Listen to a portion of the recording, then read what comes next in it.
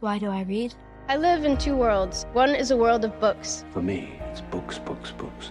The mind needs books like a sword needs a whetstone. I guess people like to read about the things that they want most and experience least. Books feed me. Once upon a time. I read it in a book once. Is this a kissing book? I don't care. I'm not ashamed of my book. It's not right for a woman to read. Soon she starts getting ideas and thinking. I checked that weeks ago, forbidden like reading.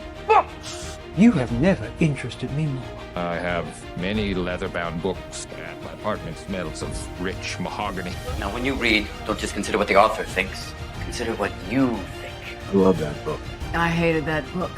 How can you read this? There's no pictures. Don't read this book. Those books are good. This might be the best book I've ever read. I'm gonna go read. Go ahead, read.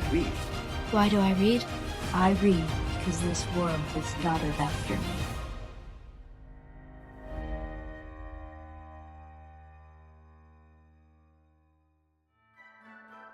Merry Christmas! Merry Christmas, everybody! Merry Christmas! Look, I even did my Christmas nails. Look. Oh, they're so cute. I painted little snowflakes on them and everything. Ooh, I love it. I love it. Look at I can't believe it's like, oh wow, the bareness of those nails are so hot. You know, I like it bareback on my fingernails.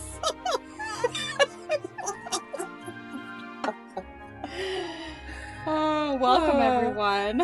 Welcome. Merry Christmas. It is about that time. I can't believe that Christmas is like just a little ways away. Like just around the corner. Yes. Just around the corner, yeah. My animals are being absolutely insane, so I apologize in advance. And I have a cat in heat, so I'm sure that there'll be moments in here somewhere. Joshua! Joshua!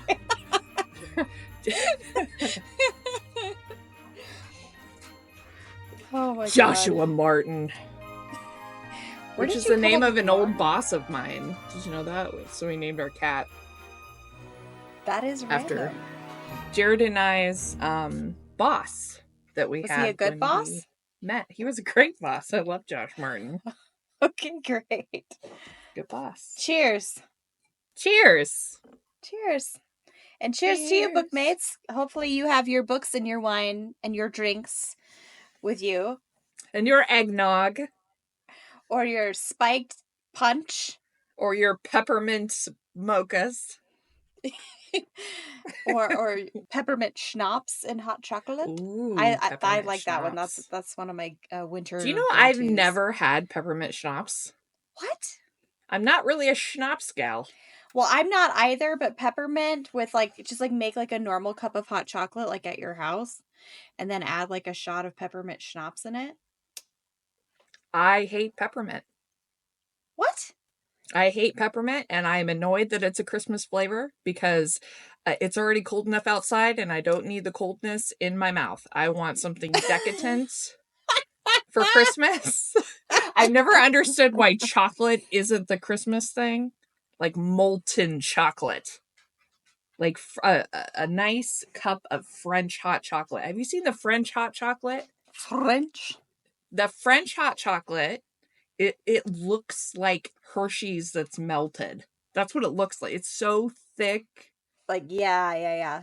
Yeah, and like every time I see hot chocolate, I'm like, yay. And then I drink it and I'm like, what is this powder water?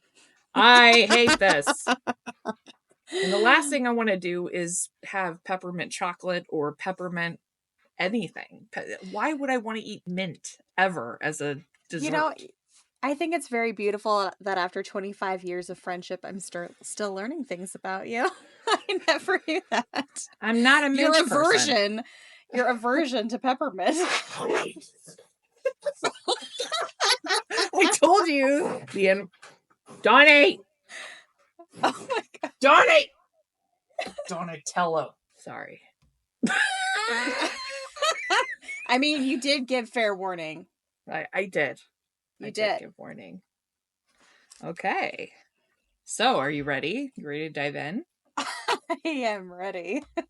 It's the book discussion. Ho, ho, ho. Welcome, Bookmates, Welcome to this Bookmates. holly jolly podcast where we're going to be talking about murder on the Christmas Express. Murder on the Christmas Express by Alexandra Benedict. Oh my god, I was leaning down and just stretching my back, and when I came back up, oh my god, it happened again. I need context. My bra got stuck on the drawer, and it like smashed me back into the keyboard. Why are you wearing a bra? Because I don't like my girlies just flopping about. Gross. That's the first thing I do when I walk in the door is yank my bra off. Dude, I don't like my titties just swinging about. I keep them in a bra till bedtime. Always. Always, always. I used to sleep in a bra. I slept in a bra till I was 25. I cannot relate to that. Okay.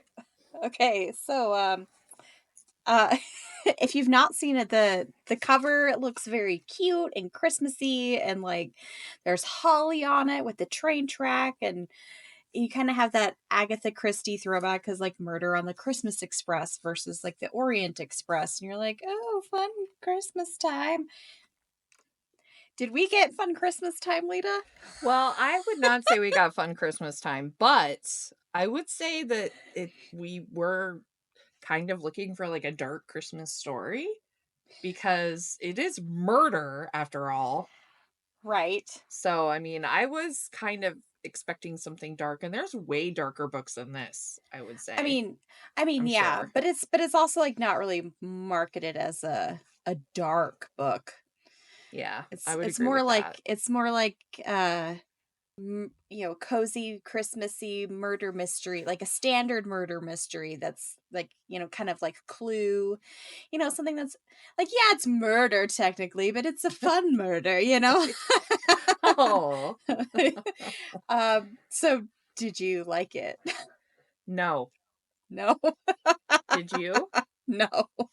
Okay, well, before we get into it, let's get into our spoiler alert. Spoiler alert. Spoiler alert. Spoiler alert. Spoiler alert. So we will be discussing this entire book from front to back, book club style. So if you have not read this book and you're wanting to read it, you should hit pause, go read it, come back, or you can just listen to our take on it if you don't plan on reading it. And also adding the caveat of there's a lot of there ended up being a lot of triggering things in this book, like sexual assault and domestic violence. So we'll be discussing those aspects as well. Yes. So if that is not your cup of tea, we will not hold it against you if you don't feel like listening to this episode. Also, we will be talking about any and all things, anything triggering, anything sexual. We cuss pretty often, and we don't care, and that's what you're in for. You're in for no filter and all the spoilers, because we'll be discussing all the plot twists and everything related to the book. All right. Let's dig into it. So, let's dig into it. Okay, what the fuck, though? Yeah, like, what in we the did actual it again. fuck? We've got the... right when I finished it, I was like, son of a bitch, we got the teachered again. We got Frida McFaddened. Like, like, what the hell is this book? This book is... there's so much about rape in this book. About sexual assault. Like, the first half is kind of boring and uneventful, and then it veers really hard left into, like, violent sexual assaults. Yes. Like, what the fuck? The tonal dissonance, like, really threw me. And I was like, what am I even reading? Like, I swear to God, the second half of the book, this was my face while I was reading it. It didn't really get on my nerves until... It didn't really start really popping out to me until the second half of the book, where I was like, okay. Like, it's just a lot. It's a lot. It was a lot. Especially when the first half is very... kind of bland and mundane, like nothing's really happening. Like I wrote down, I'm having a hard time getting into the book. Like when is something gonna happen? Like it took half of the book for the first murder to even happen. Right? Yeah, I know. That's what I actually have. Gosh, we're getting ahead. I'm going to do the synopsis. Oh yeah, sorry. Okay. All right. So we're just going to do a short little synopsis right here, just for those of you who haven't read the book and want to know what it entails. This book is written by Alexandra Benedict. She's a new author for me, I believe for Me Tiffany too. as well. Yes. Yep. And Alexandra Benedict is a best-selling award-winning writer of short stories, novels, and scripts. She was educated at Cambridge in Sussex. Alexandra has been, listen to this, an indie rock singer, an actor, a composer for film and television, as well as teaching and running in the prestigious MA in crime thrillers at City University, and is now a full-time writer and creative coach. So she's done it all. This gal is... It's a lot of things to put on a business card. Yeah, she's very talented. It's quite an impressive repertoire. Is that the right word? Repertoire? Repertoire. Wow. Okay, Murder in the Christmas Express tells the story of a sleeper train journey from London to the Scottish Highlands, and it derails in a snowstorm, leaving the passengers chaos of a disrupted Christmas travel plans that they have for one another, leaving the passengers stranded and a killer on the train. A former detective named Roz Parker, freshly retired, must identify the murderer before they strike again, while navigating a cast of suspicious passengers with complex personal lives. And that's what we're looking at here. Like most whodunits, you're looking at a large cast of characters that are all very different from one another. We have Meg, who is I would say she's one of the main protagonists, who is a star influencer. Grant, her shitty buff boyfriend who rapes everyone, apparently. Roz, of course, which is the real main protagonist of this story. She's a former detective. Phil and Sally, a married couple, parents of 4 children who are all on board as well. A baby, a toddler, Aiden, Liv, Robert, and there's a comma there with no name. Buddy. So, Buddy. The baby. So they have 4 kids. Liv is the oldest. She's 20. And then it tapers down from there. Phil, a teacher. He's the father. He's a teacher. His wife, I'm not really sure what she does, but she gets drunk a lot in this book. We have a quiz competition team of 4 students. I assume they're like college age, it seems. They're all drinking and everything on the train. On the train. On the train. And their names are Beck, Ayana, Blake, and Sam. We have Ember, who starts out by being a passenger who's crying when they get on board. Mary and Tony, which are a mother and son. Mary is an 89-year-old elderly woman. Tony is traveling with her, and they come with a tortoiseshell cat that they bring on board with them as well. And his name is Mustache. Half Maine Coon, half Siberian. Huge fucking cat, by the way. It's a big cat. Basically a dire cat. Yeah. And then you have the staff that's on board the train, which is Beefy, Ollie, and Bella, the driver of the train. And then we also have a stowaway that boards the train, and his name ends up being Ian. There's also a side story going on with Roz. She is traveling to... Where are they traveling to? What's the name of the place they're traveling to? Fort William. They're traveling to Fort William from London. Roz is traveling to Fort William to meet with her daughter, who has gone into labor. And there's a situation at the hospital. She's gone into premature labor. Her partner's name is Ellie. And there's all this stress going on because she doesn't know what's going on with her daughter. And then the train derails, which is even more stressful for her. You forgot a passenger. Who'd I forget? Nick. Who's Nick? The man in the green suit, the red herring. The man in the green suit? The man in the green suit got off the train. I know, but like for the first half of the book, it was like he was Nick, the man in the green suit. Yeah, but he left. He wasn't there when the murders happened. Or was he? No, he wasn't. He got off. No, I mean, I know that now, but the whole time when that happened, I was like, I bet he just like handed his green jacket to somebody and he's really secretly back on the train. I was like, really overthinking the plot. Well, so we start out with everyone in the train station. They're getting on the train, and that's where we begin our story on the Christmas Express.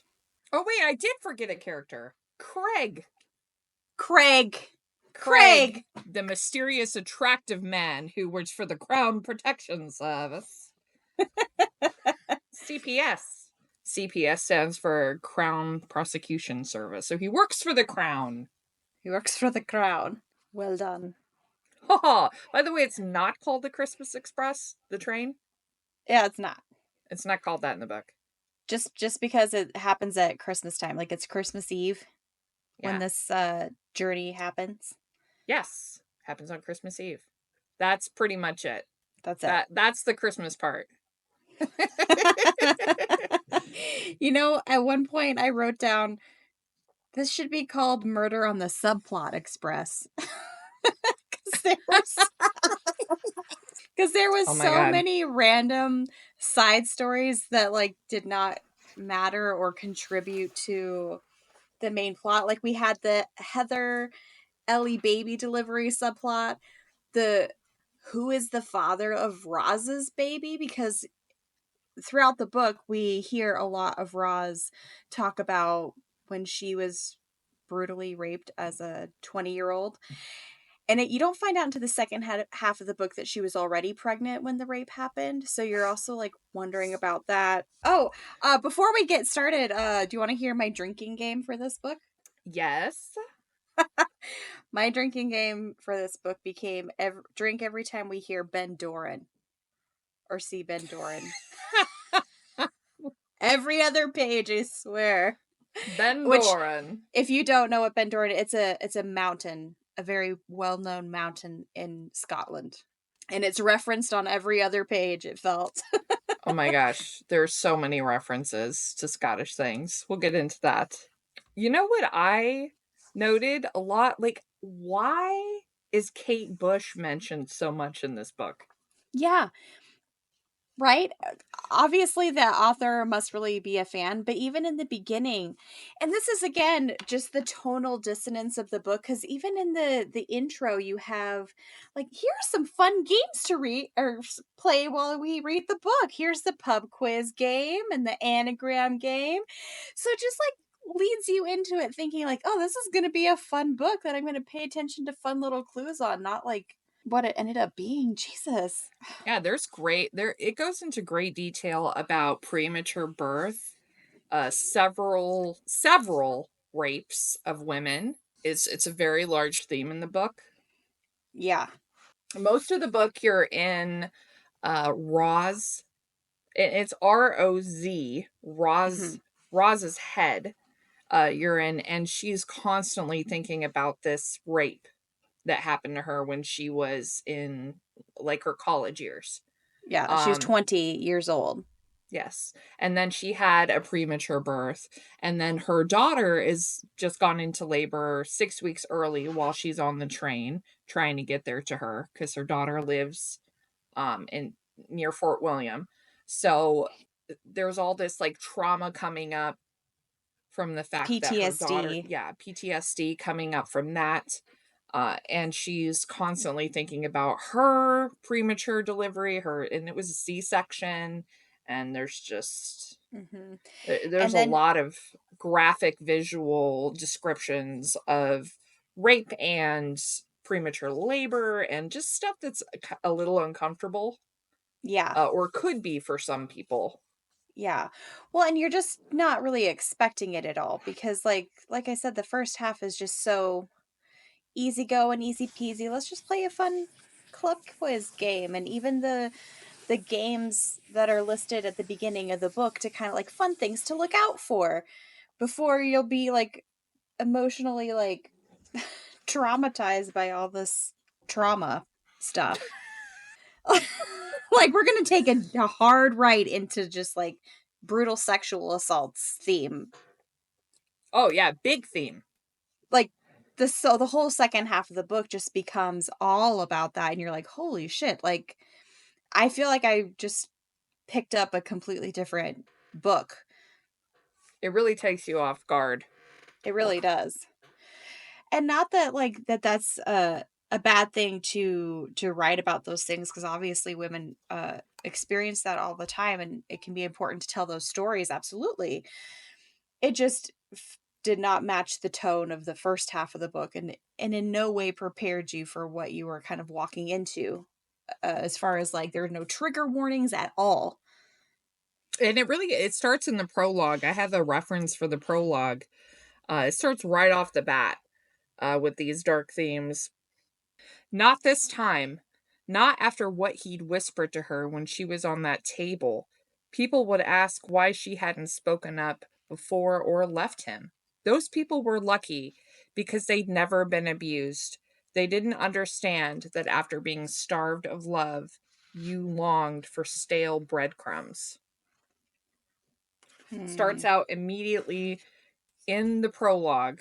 And, this is a dark Christmas book, so it didn't really bother me that much until the second half of the book, I would say. Yeah. Yeah, same. Me too. And this is a shorter book. It's only 240 pages. Yeah. It's a quick read. I don't even know where to start. I really don't even know where to start with this I know, book. it's so hard. Because honestly, when I closed the book, I did not even know how to feel when I finished it. I was just like, what the fuck was that? What did you think of the killer chapters? What I'm talking about is that most of the time you're in Roz's point of view. Occasionally you hop into Meg's point of view for the first half of the book. But sprinkled throughout, there's 8 chapters from the killer's point of view, and it doesn't give you any hint as to what sex they are or who they are. It's just very cerebral, them thinking about achieving the murders that they want to achieve while they're on the train. I thought it was interesting to add the killer POV.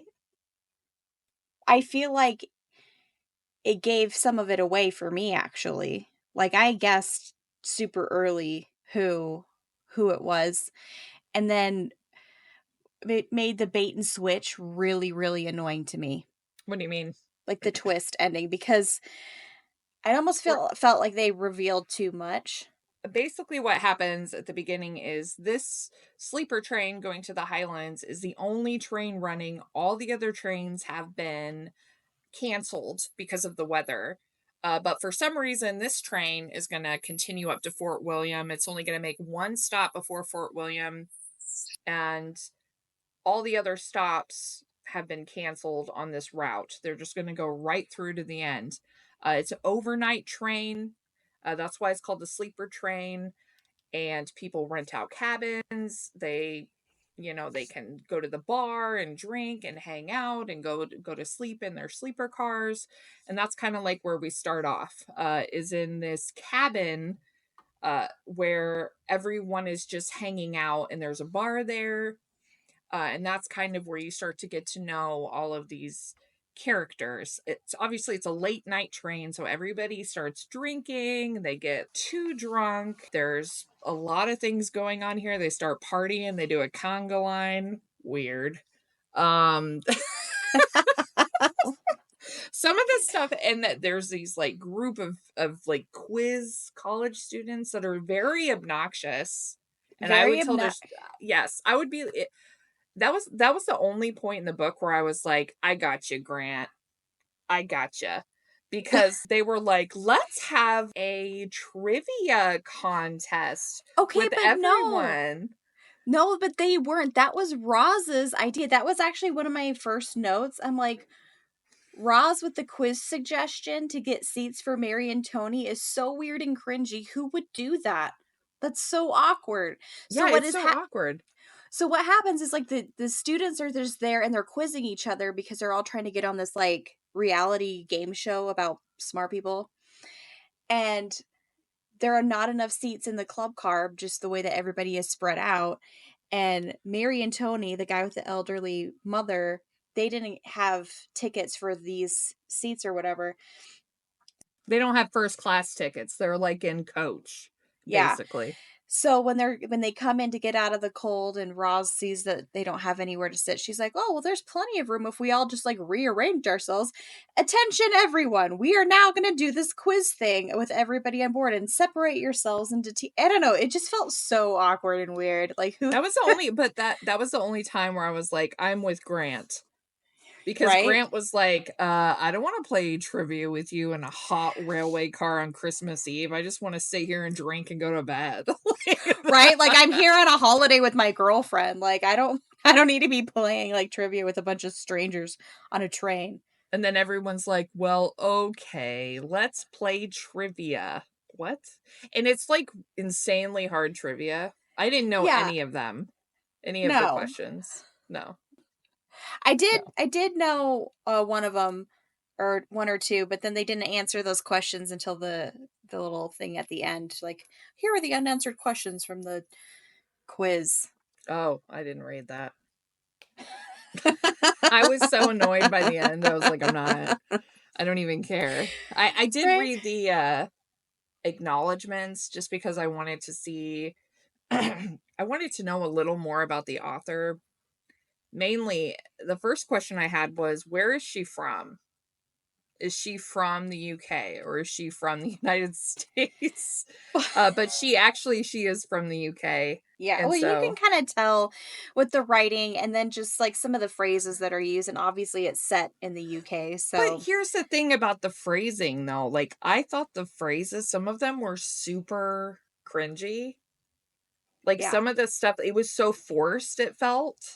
That I was like, maybe she's not from the UK. Maybe this is just like her research of Scottish slang. And she's just trying to make her book sound more authentic. My mom said the same thing, actually, because my mom read it with me. And she actually got a little bit ahead of me at one point. She's like, where are you in the book? And I'm like, I haven't read more today. And she's like, okay, well, I really need to talk about things. But she was just as frustrated, I feel. And she was like, the writing is just, she just says the weirdest shit. And I was like, give me one example. And she was like, oh, I don't know, like time being constipated. Like, why would you use that word to describe time? Like, she's like, it's just weird and dumb and I hate it.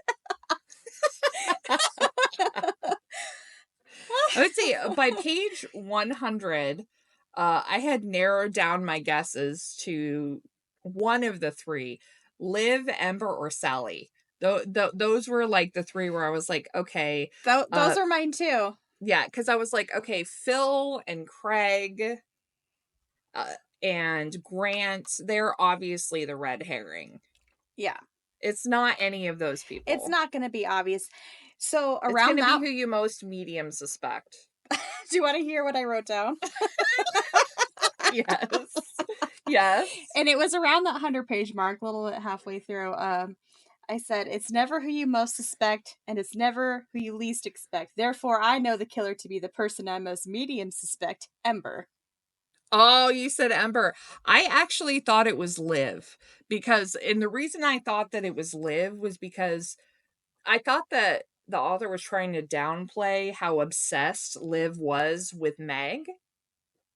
But obviously she was filming her. She was staring at her like from the beginning in the railway car. I was like, who's looking at Meg?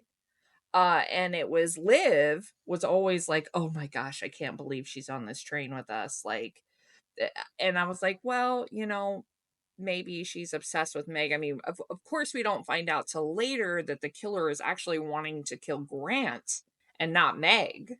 Right. But you assume at the beginning that the killer wants to kill Meg because she's famous and they're obsessed with her. And then Ian is also there, the stowaway. Someone, like, at the last second before the doors are closed, a man who is a stalker of Meg gets on board the train, and he's a stowaway, and Roz sees him, and she's like, it's Christmas. He's just trying to get home too. No, and this is what I meant earlier when I'm talking about the bait and switch, because when you get the big reveal and Roz is like doing her monologue to figure everything out, or like, Ember is the killer, and I know Ember to be the killer, and here's why, blah blah blah blah blah blah blah blah blah. And then Ember's like, okay, so like, you for sure know it's me, and she's like, yeah, we know it's you. And then Ember like flees, jumps off the train, takes off into the wilderness to avoid being caught. And like, oh, by the way, it's like 4 feet deep snow, it says. You're in the Scottish Highlands, like trapped in the snow, like, where are you going?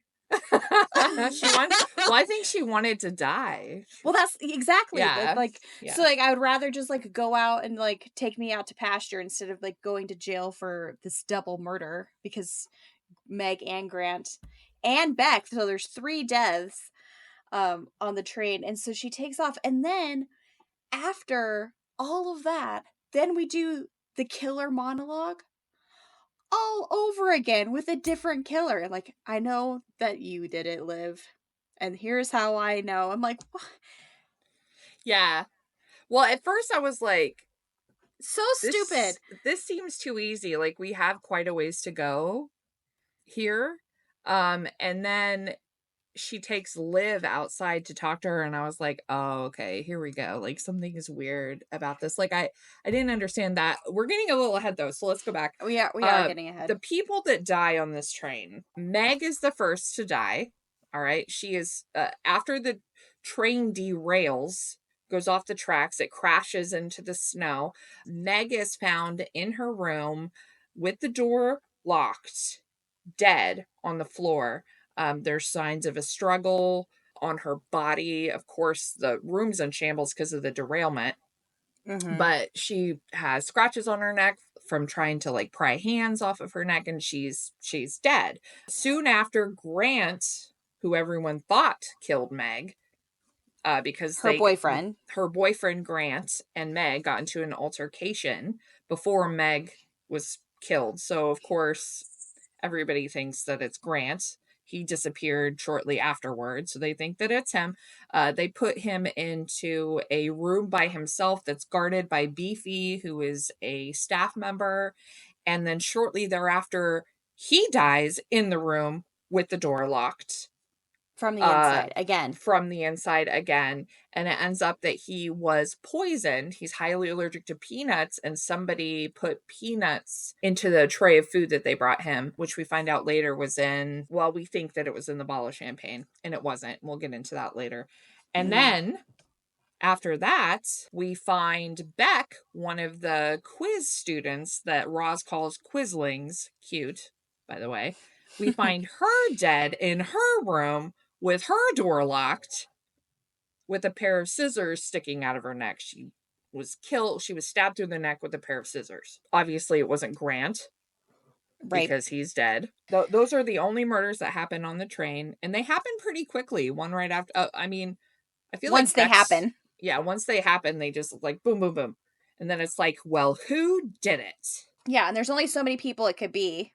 Yeah, and Roz teams up with Craig to try and investigate and find the killer and interview all the people on the train and figure out who did these grisly murders. Dun, dun, dun. Dun, dun, dun, dun, dun, dun. Oh, I'm sorry, that's not the right music. It's beginning to look a lot like Christmas. Or murder.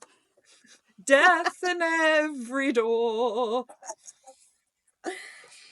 All of this could be on the surveillance footage on the train, but of course, when it crashed, All the surveillance footage. All goes out. Went down. Also, Meg, right before she's murdered, she is Instagram living herself, talking about she like had all these like product sponsors and things that she's supposed to be on Instagram live, like doing this whole thing with the sleeper train, like come have a sleepover with me in the train car, and also here are my sponsors, here's the makeup I'm wearing and the juicy pants I'm wearing, and that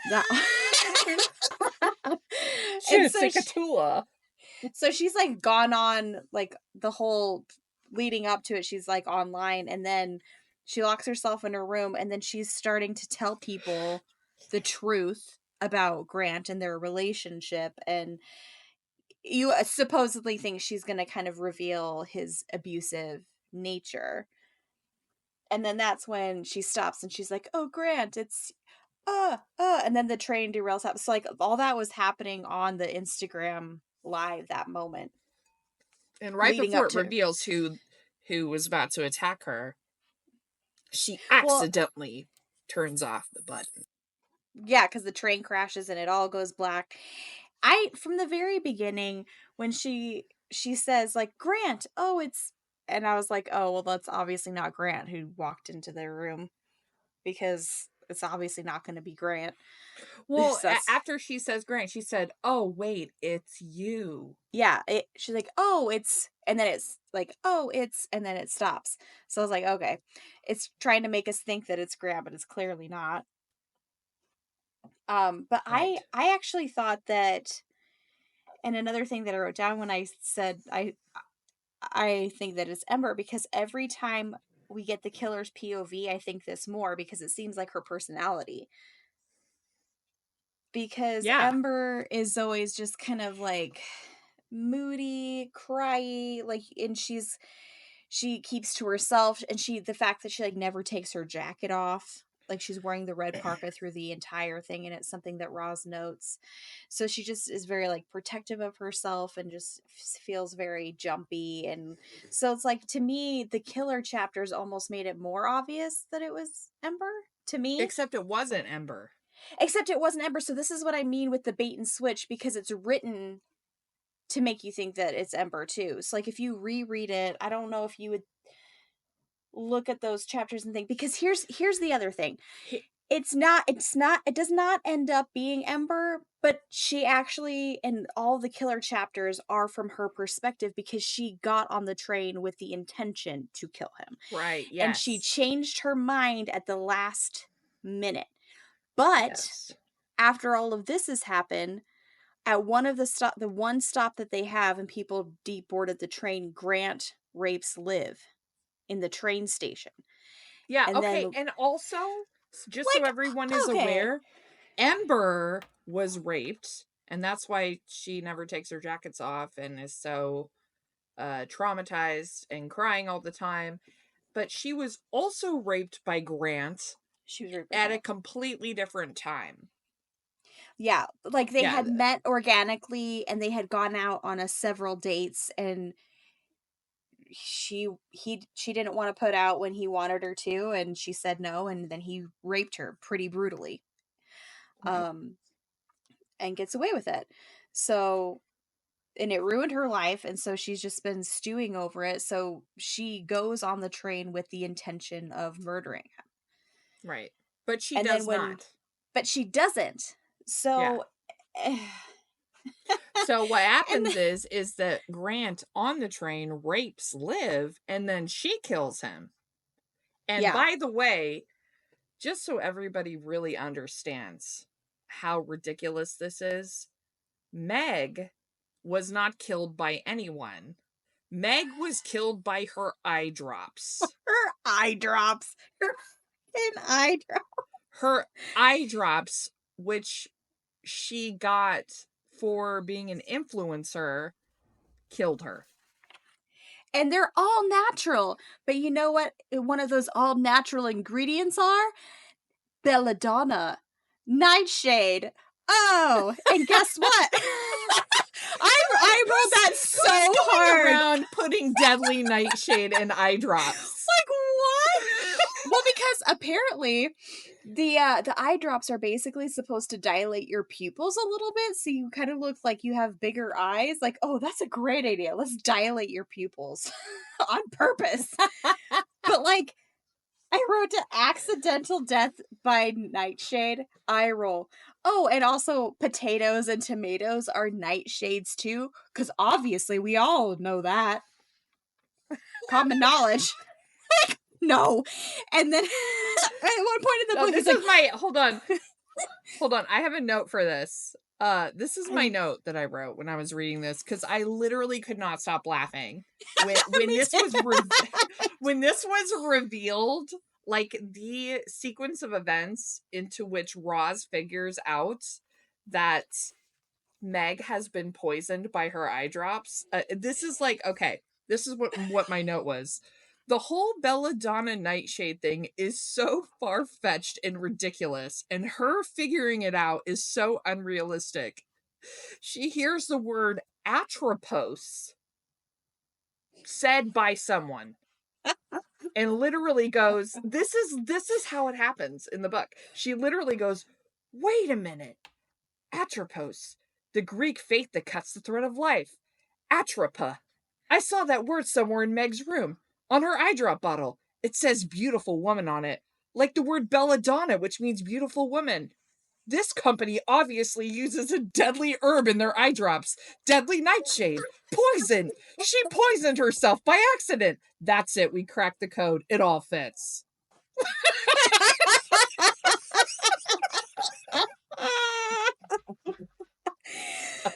Ridiculous.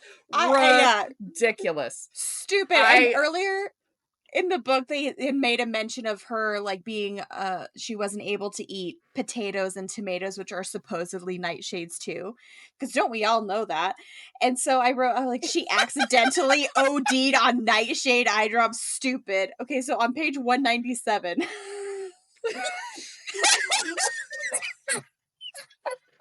I cannot with that. Like, I was just dying. I was like, what in the far-fetched is this? And also it only killed her because she happened to be allergic to nightshade. Like, oh, isn't everyone allergic to poison? I don't know. And who be going around putting deadly nightshade in their beauty products? Right? Like, nobody is doing that. And then you find out that because of that, what she thought was Grant walking into her room was actually her just hallucinating because of her poison eye drops. Also, like, just to come to that conclusion with absolutely no testing or is ludicrous. Yeah, it's ridiculous.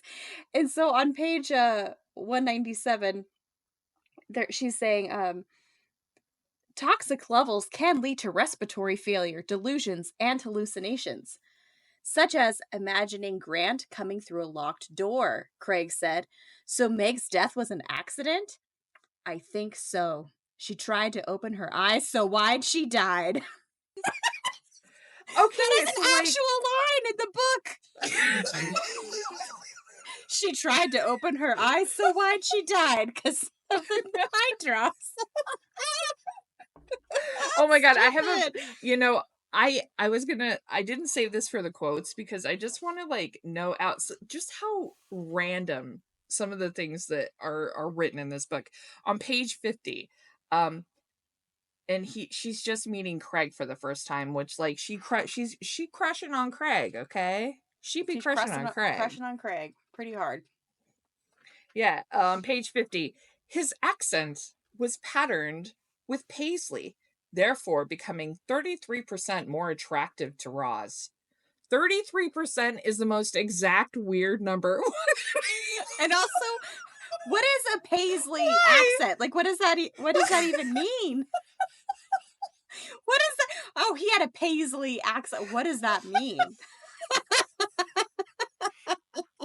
I'm immediately thinking about all those like weird old people bags with the paisley print. I'm like, right? What? Like, what does that mean as far as like an accent goes? Oh my gosh, did you catch?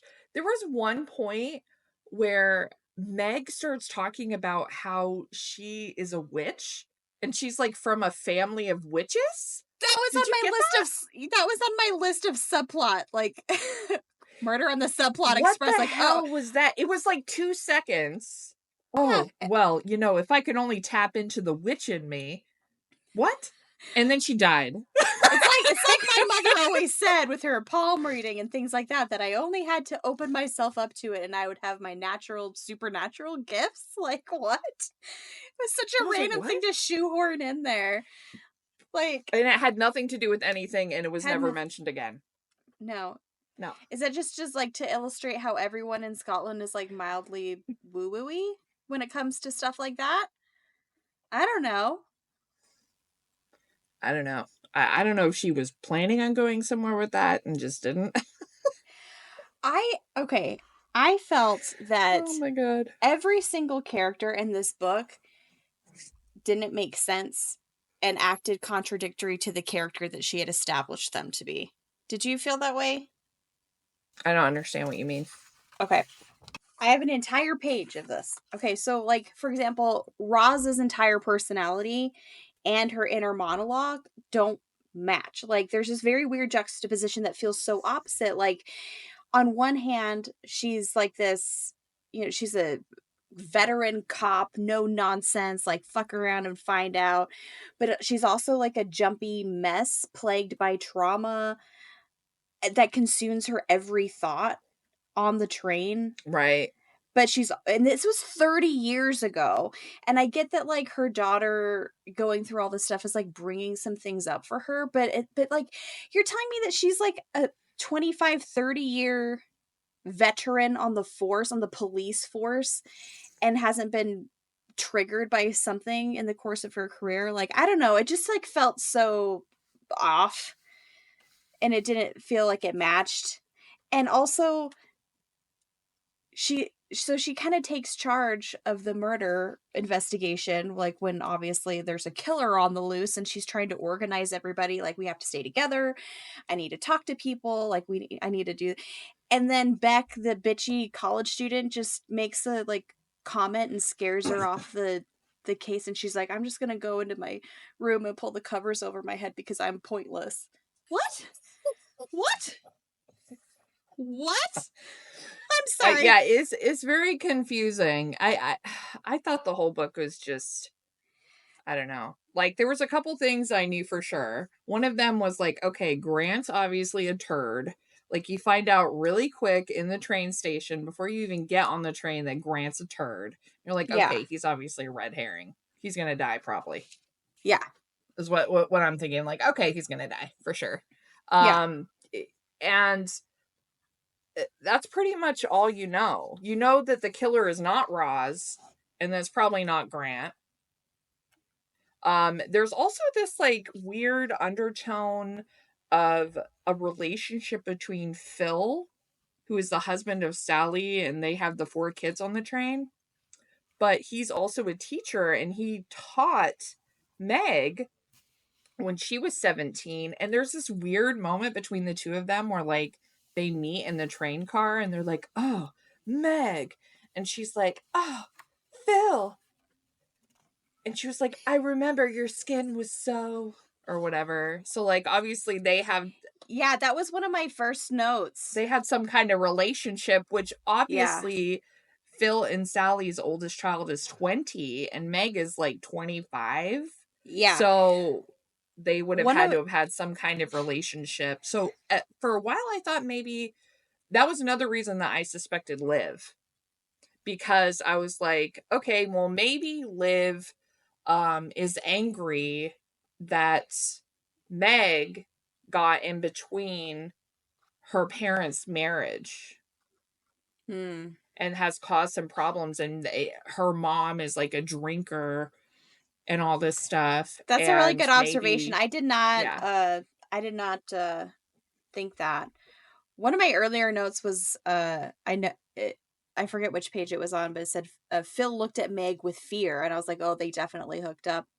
Like, they definitely hooked. Oh, also, while we're talking about them really quick, I don't know if I just missed something or if the author just completely changed Phil's name at the end of the book, because I wrote like, wait, Phil's last name is Walker, But Meg calls him Mr. Bridges. Like, did the author forget Phil's last name? That's what I wrote down. So on page 35, at page 35, she goes, Mr. Bridges? Phil? And Phil?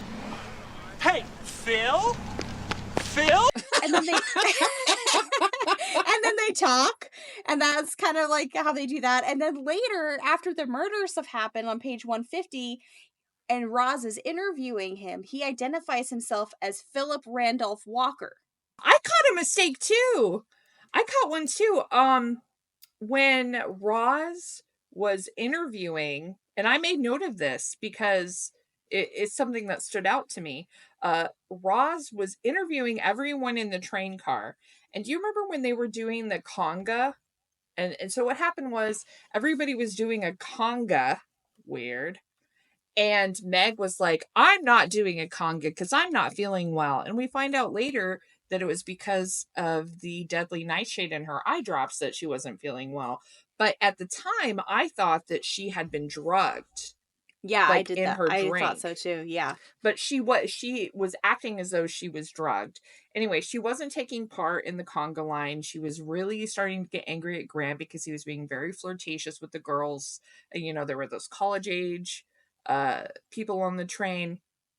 And they're doing this conga, and Grant kisses Beck while they are on the conga line.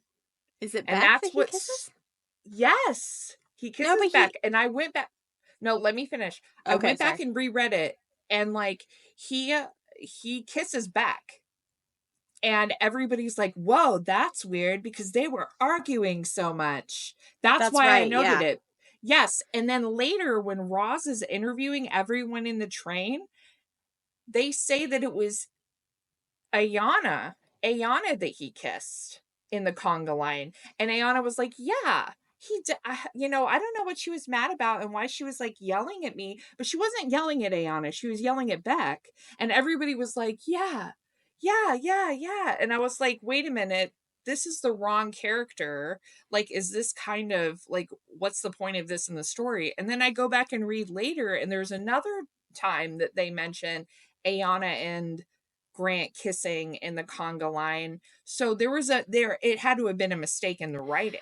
Okay. You know, I'm actually really glad that you said that, because I do remember thinking briefly, like when Ayana mentioned the kiss or whatever later, and I was like, oh, for some reason I thought it was Beck. Oh, I guess I read that wrong. Like it was in and out of my head that quick. But so no, that's you didn't read that wrong. Yeah, no. Okay. And then it continues to be Ayana for the rest of the book, and they talk about it several times. But if you go back and read at the beginning, it's not Ayana that he kisses; it's Beck. Oh wow! And I noted it because I was like, that must be a mistake in the writing. And I noted it immediately when Ross started to interview them, because I was like, that's the wrong girl. And at first I thought it was because they were trying to cover something up. But then I realized later that that wasn't the case. Okay. I was like, why? Because this is my literal note that I wrote when that came up. I said, Grant lied and said he kissed Ayana instead of Beck in the train car when he was confronted by Roz. Why? That was my note. Yeah, so and I also caught some grammatical mistakes. I did too here and there, yeah. There was a little bit, and there was a couple missing periods. I noticed as well. I was like, what is going on with these publishers? One of the random notes that I had, it was on page 12. Phil goes and he's passing Roz, and he says, Sally's not angry with me, is she? And I was like, why would a random person on a train know if your wife is mad at you? Like, and how would she even know who your wife is, just because, like, you met briefly in the train station a few hours ago and you just pass them like, hey, where's Sally? Is she mad at me? Like, I don't fucking know, dude. Like, you're all best friends now? Exactly. You met 5 minutes ago? Yeah. Well, and I feel like that's kind of how the book ends up being. Like, by the time they get into the conga line a few hours into the trip, it's like, this isn't Lost, okay? Like, you haven't been stranded on this bus for like a week and you like know everybody and like and that's kind of how like they made it seem. Like, you guys are all strangers. Yeah. And so we find out after Grant dies, there's another killer POV chapter. In that killer POV chapter, a blackmailer reveals themselves and tries to blackmail the killer. And I wrote down, Beck is the blackmailer. I'm guessing she'll be dead in like 2 pages. Oh, look, she is. It was so obvious from the beginning. I thought it was so obvious. Yeah. And I'm not trying to be like pretentious or anything like that. Like, it's just, I don't know how to describe it. You'd have to read it, but you'll see what we're saying if you haven't. But I'm sure that a lot of people figured it out. Yeah. Yeah. And also, like, I thought some of it was very misleading. Like, the whole thing where she's drugged because of the eye drops, which is the most ridiculous twist. One of so stupid. I've got to say that is like one of the top dumbest twists I've ever read in a book. Yeah. For sure. But I thought that Meg was drugged, and I was like, oh, it could have been anybody. It could have been Ember. She was sitting at the bar the whole time. Could have been the barman, and she was sneaking Ollie. Stuff into her pockets and stuff. Mm-hmm. And they did the congas. Anybody could have slipped something into her drink when she went to reapply makeup for her streams. And then so much of it, like you were saying, like doesn't make sense. Like the Okay, did you, in the killer chapters, did you find it obvious that it was a woman's head that you were in? I did. Yes, yeah. Well, that's why I said, like, even with Ember, I'm like, it seems like her personality. Like, I felt like those gave away a lot of it. Well, I knew it was a girl because right away it mentioned after the killer killed whoever it was, they were going to go home and run a bath. I was like, I don't think dudes are just sitting in their baths with their wieners floating on top of the water. Like, who the fuck? I mean, some men do enjoy a bath. I guess so. But, like, in general, I don't know many men who draw themselves a bath. I don't think I've ever seen Jared take a bath. And we've been married for 10 years. He has never taken one. He's never been like, I feel like a bath tonight. I'm going to go draw myself a bath. No, and if they do it, it's like Chandler doing it in secret, like lighting candles when no one's around. Like, baths are actually amazing.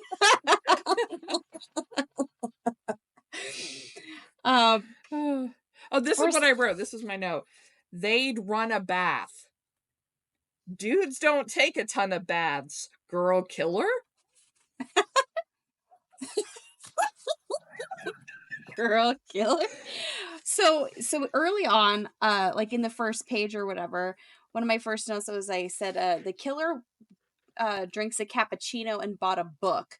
And then later that Nick guy, the guy in the green suit, is mentioned reading a book. So I started like, oh, well, the killer bought a book. And then Ember was the only other person that was mentioned having a book in the club car.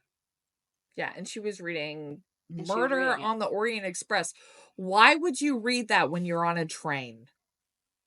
Right, and it just felt like very like too on the nose for... Yeah.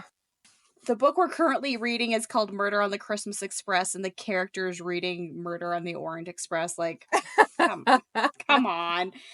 One thing about Meg's character was I felt really, and even from the beginning, I did feel really bad for Meg. Yeah. Like, she is in this world where she constantly has to keep getting on her phone. She constantly has to keep doing live streams. She can't ever relax. And then her boyfriend is always making... Grant is always making very degrading comments towards her about the way that she looks. You know, he's obviously just a piece of shit. He doesn't hide it at all. Right. But then he does that like abusive love kernel thing where he's like, oh, I love you so much and blah, blah, blah. And yeah. And then also you might want to reapply some makeup under your eyes. You're looking a little old there, Missy. And I know how much you hate looking old on camera. Yeah, he's a real piece. Yeah. They're going to the Highlands. They're going to Fort William. It mentions that the people that organize things for Meg, because the paparazzi are probably going to be there, they paid Meg's father $2,000 just to pick her up from the station, so that it looks like she's getting picked up by family, because they don't even talk. Like, she obviously doesn't have a lot of people in her life to talk to about these issues that she's been having. And then we find out later that Grant is very physically abusive, very sexually abusive, very mentally abusive. And she's just kind of alone, even though everyone's always there watching her. It's very sad.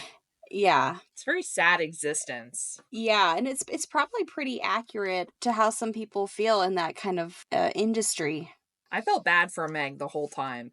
And then her fucking eye drops killed her. What tough fucking luck. Like, that is just so mean. And I also felt like that took away from Meg's whole storyline. So like, it's so like, because the whole time, like, Meg is supposed to be victim number one, and like we even got inside her head.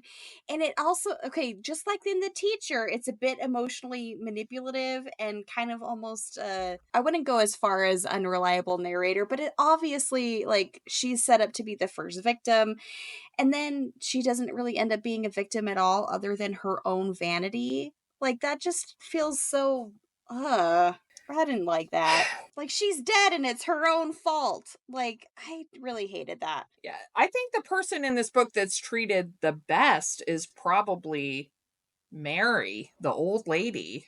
I liked her. How weird was it that Ayanna and Phil were fucking? Okay.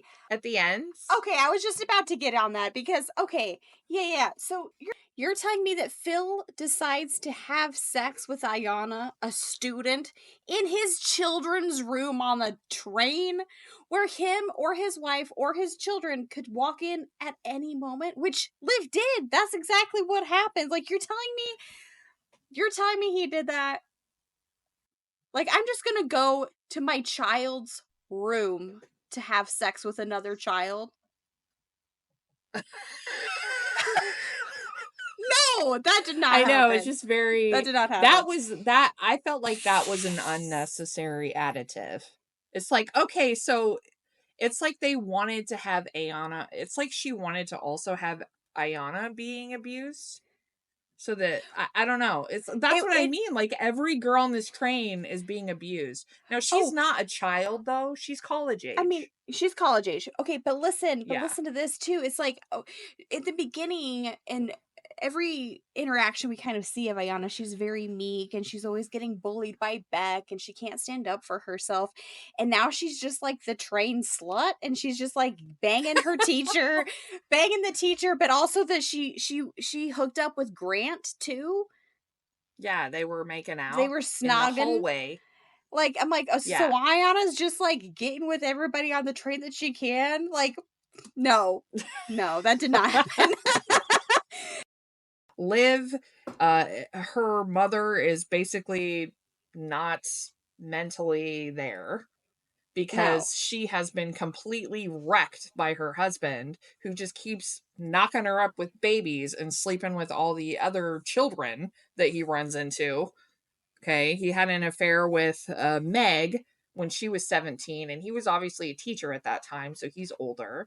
And then he sleeps with Ayanna while they're still on the train. She's like college age, right? And then you have Liv, who is raped on the train. You have Ember, who is completely destroyed internally because of her previous rape. Roz, who is destroyed because of her previous rape. Yep. And Meg, who is being physically, mentally, and sexually abused on a regular basis by Grant. Who also raped Liv and Ember. Yeah. And countless other people. You find out, like, he has...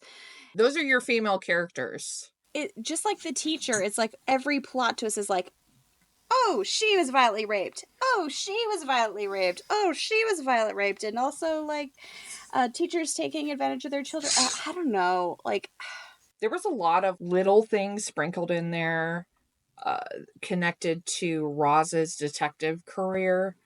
Mm-hmm. I did make some notes about that. And if you guys didn't know, I did go to college for criminal justice, specializing in law enforcement.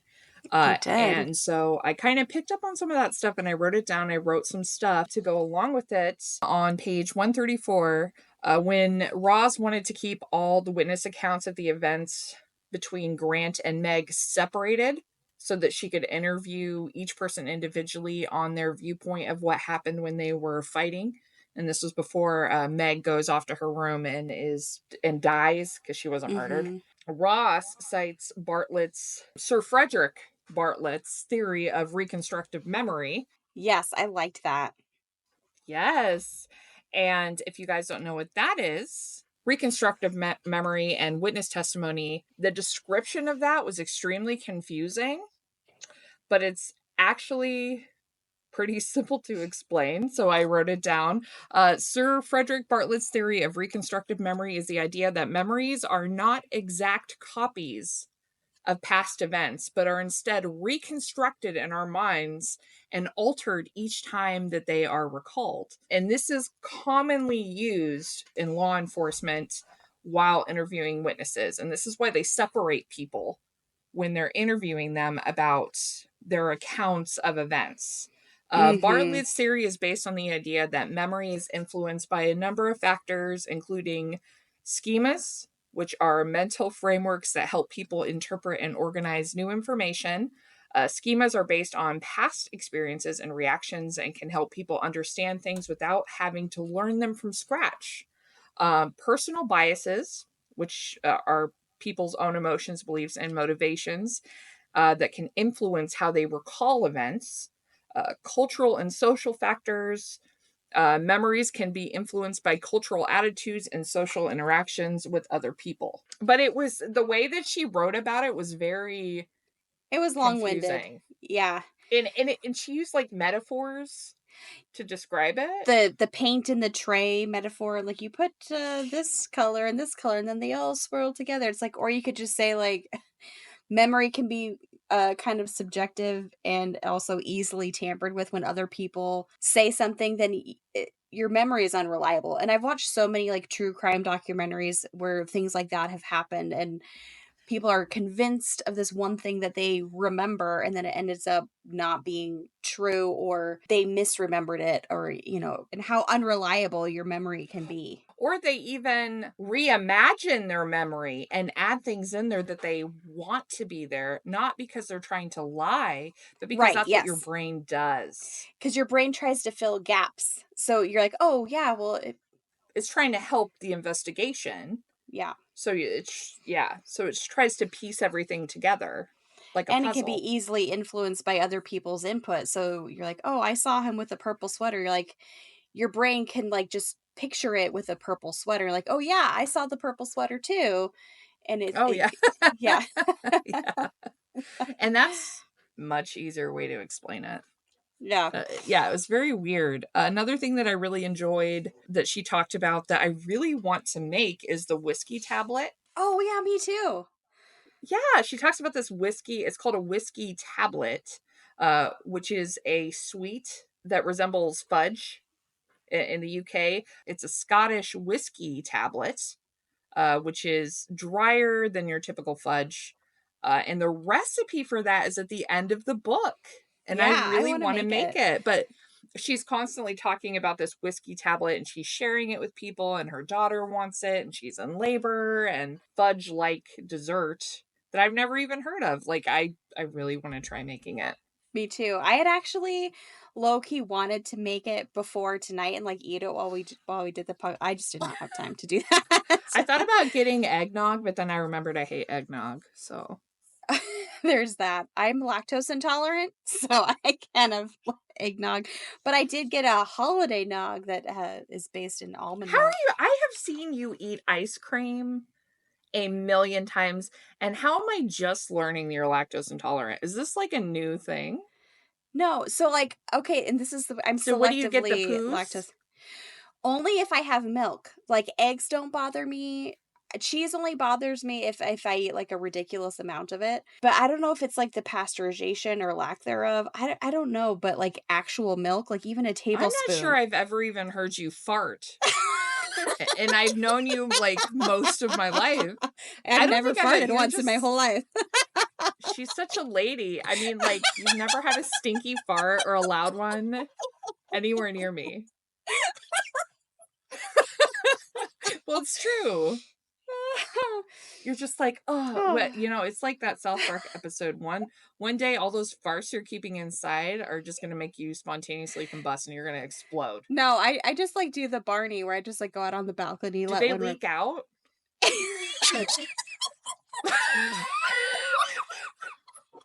Wait, I mean, when did they leak out? Like, I've seen you like falling over drunk too, and still no farts. I'm not a farter. I'm more of a belcher. I can let a good burp rip, but I don't fart that often. Everybody farts. I never said I never fart. It's just I don't do it often. And usually when I do, yeah, it just kind of slips out like, You said it, not me. No, but like if I even have a tablespoon of milk, like my stomach gets really upset. But I can have cheese and a yogurt. Well, I guess I've never been like, hey, do you want to share a glass of milk this eve? Exactly. Have you ever seen me eat a bowl of cereal with milk? No. But anyway, we are the sidebar. Anyway. Now that everyone knows about my tummy problems, we'll see. So, okay, one early thing I wrote down, which also just kind of made me eye roll because she's trying to make everybody seem like they have something going on. I said, why does every single person seem to have a glimpse of fear on their faces?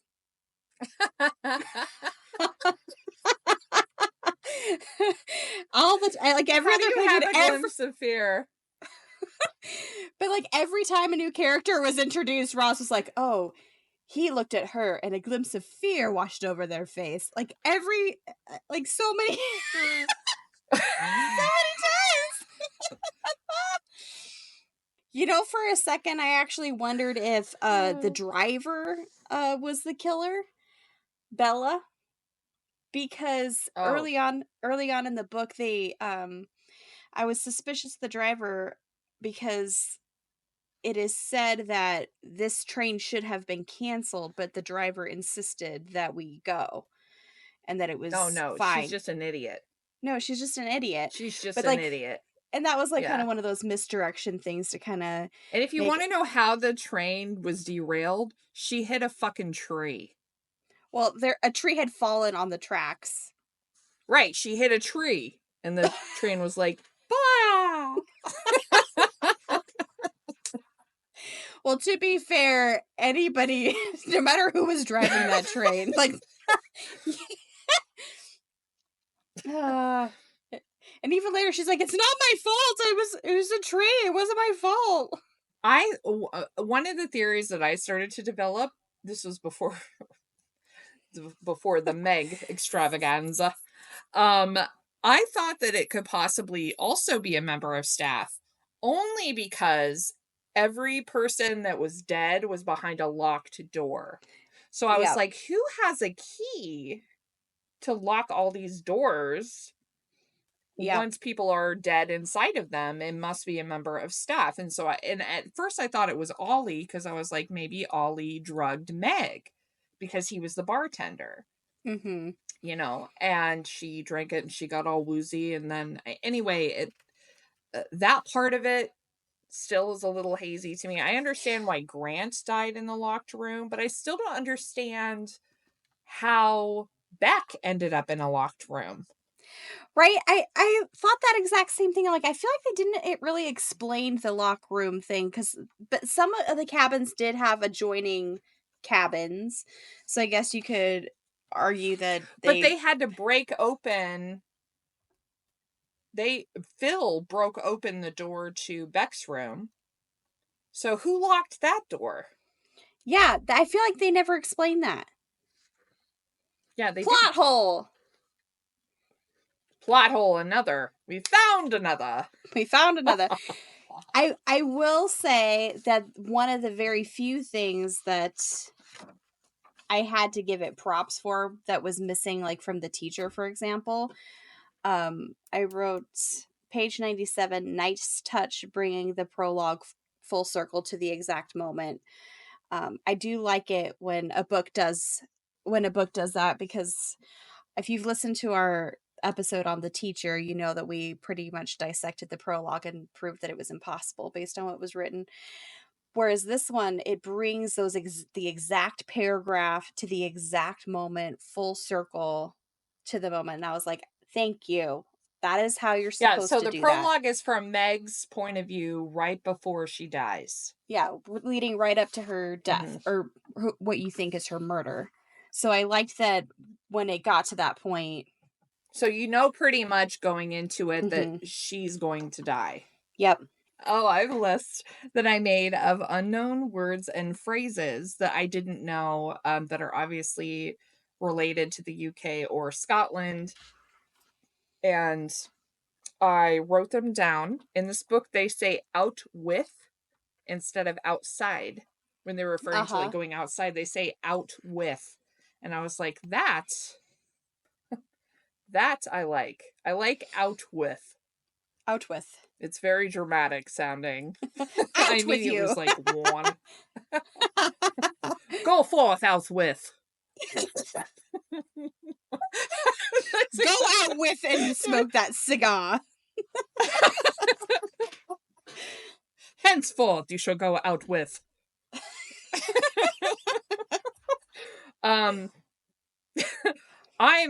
This is the quote. I'm a hair's breadth away from bawling. And I was like, what the fuck is a hair? That's BAWHAIR. Hair is used to determine a very short distance, literally meaning the width of a pubic hair. Oh.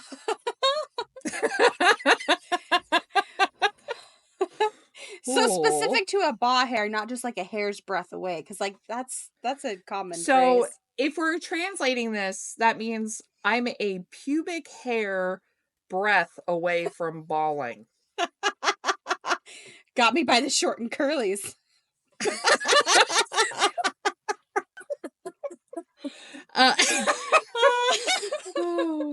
Okay, coming to see the plebs on page 44. The word pleb is an ordinary person, especially one from lower social classes. So that is what Grant calls Mary and Tony, because they're not first class passengers. Plebs. Interesting. And also like how douchey was that when like they were coming to sit in the front part of the train, and he was like, well, some of us bought tickets, and Roz was like, hey, quit being a dick. And he's like, hey, well, they should just make more money to buy a train ticket. and if they don't have any money, then they shouldn't be allowed to take the train. What a dick. Yeah, that's how that works, I guess. Like, but also, I don't want to play trivia, so you can sit down. Also, I was so annoyed with the trivia thing immediately. I was like, ew, trivia. Well, I mean, I actually like trivia. Not like fun, not fun trivia. That's what I mean. Like, it's not fun trivia. It's trivia with like snotty college kids who love trivia. Like, I don't want to play with them. Ew. Right. Well, just like the setting, it was just like not the right time or the place. Just as Roz crossed the concourse, she passed a drunk city twat in a floppy Santa hat. And if you didn't know this, in the US, a twat is a woman's genitals. Oh, I knew that one. I was like, but it means in the UK, it means a stupid or obnoxious person. Yeah. But over here, it means vagina. Yeah. So I was like, that one. why did Ross just think that lady's a twat? Like, I was like, weird. Rolling passer pout. Oh, sorry. Passe.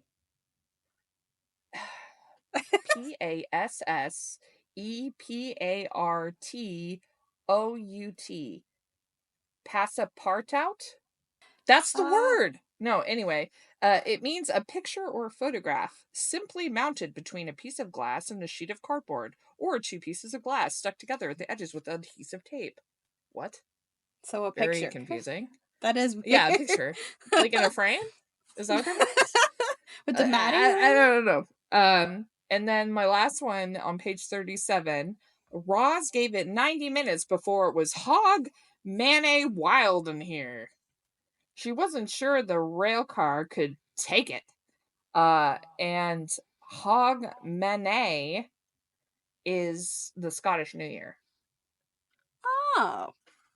Yes. So I was like, oh, it's going to get New Year's wild in here. Weird, also. That's a weird way to say that. So that's my list. I love that. Good list. Thanks. It's fun.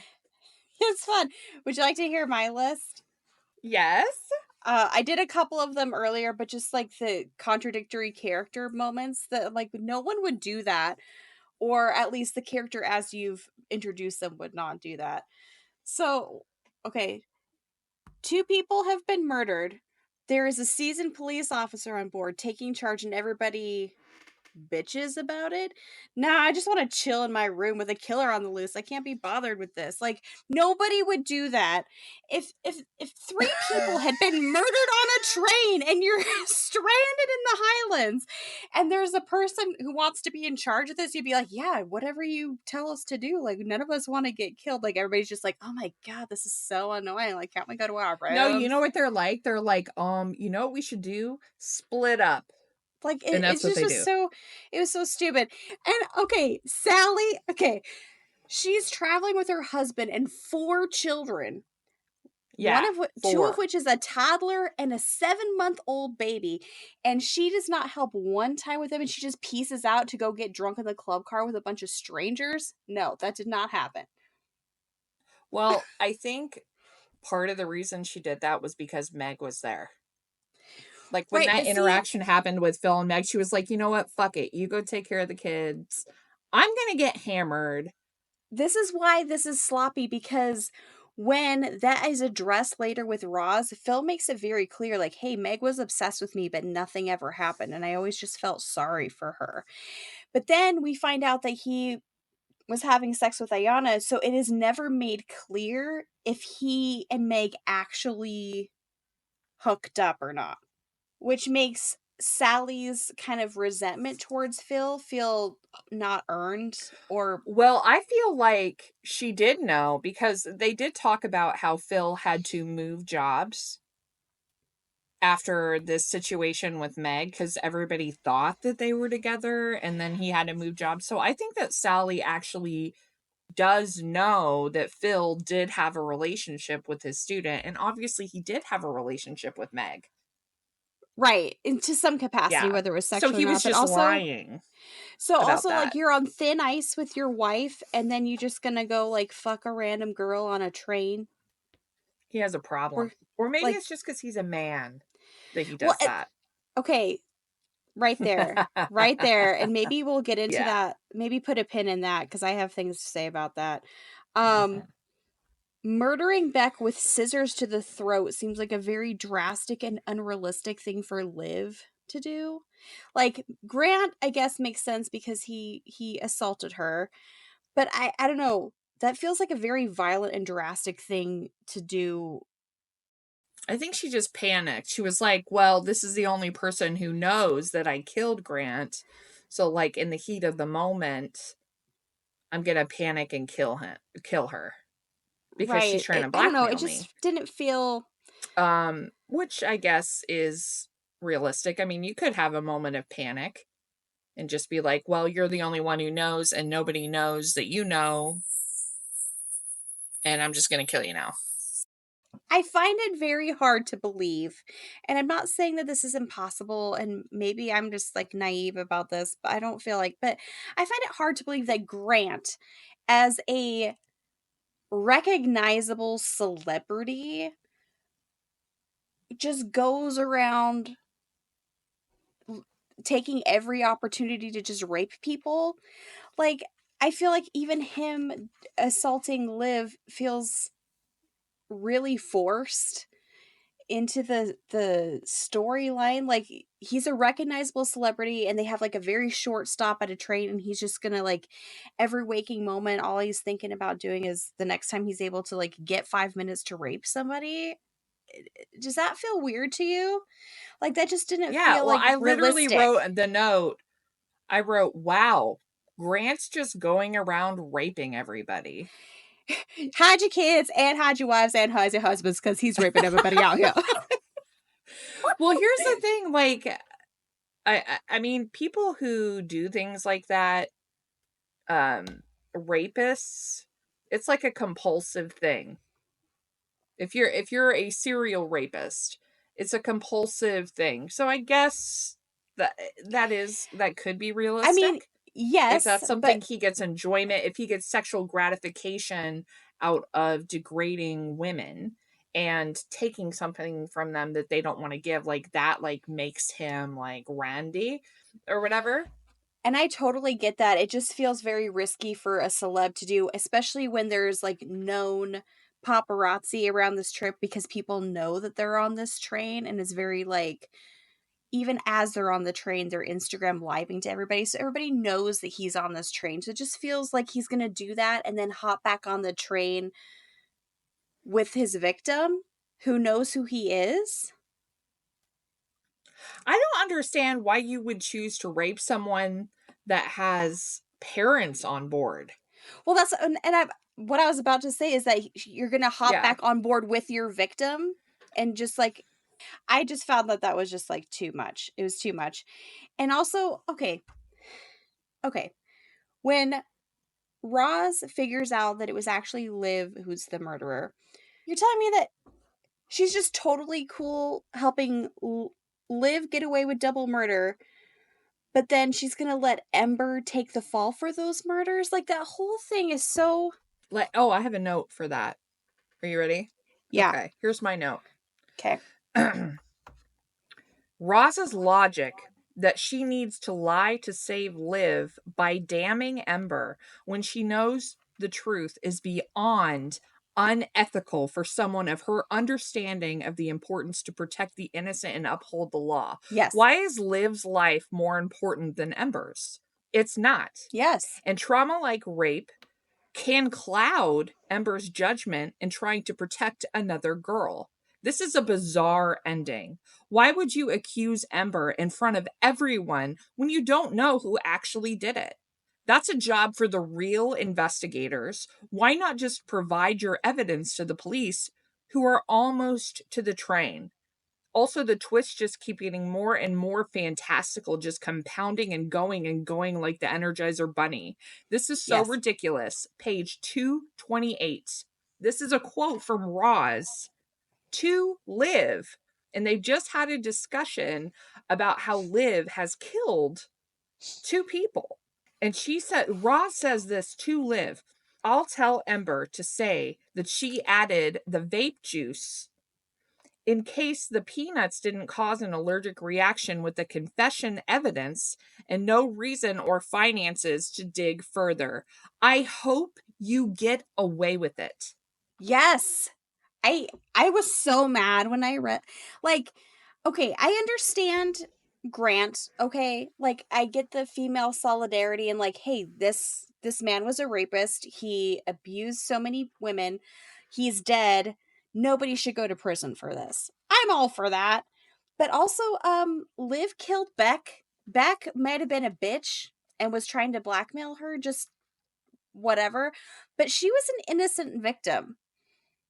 Okay, like, so Roz is just gonna let Beck's murder just go. Oh, and also at that point, like you were saying, Ember is just as much of a victim as Liv is of Grant's.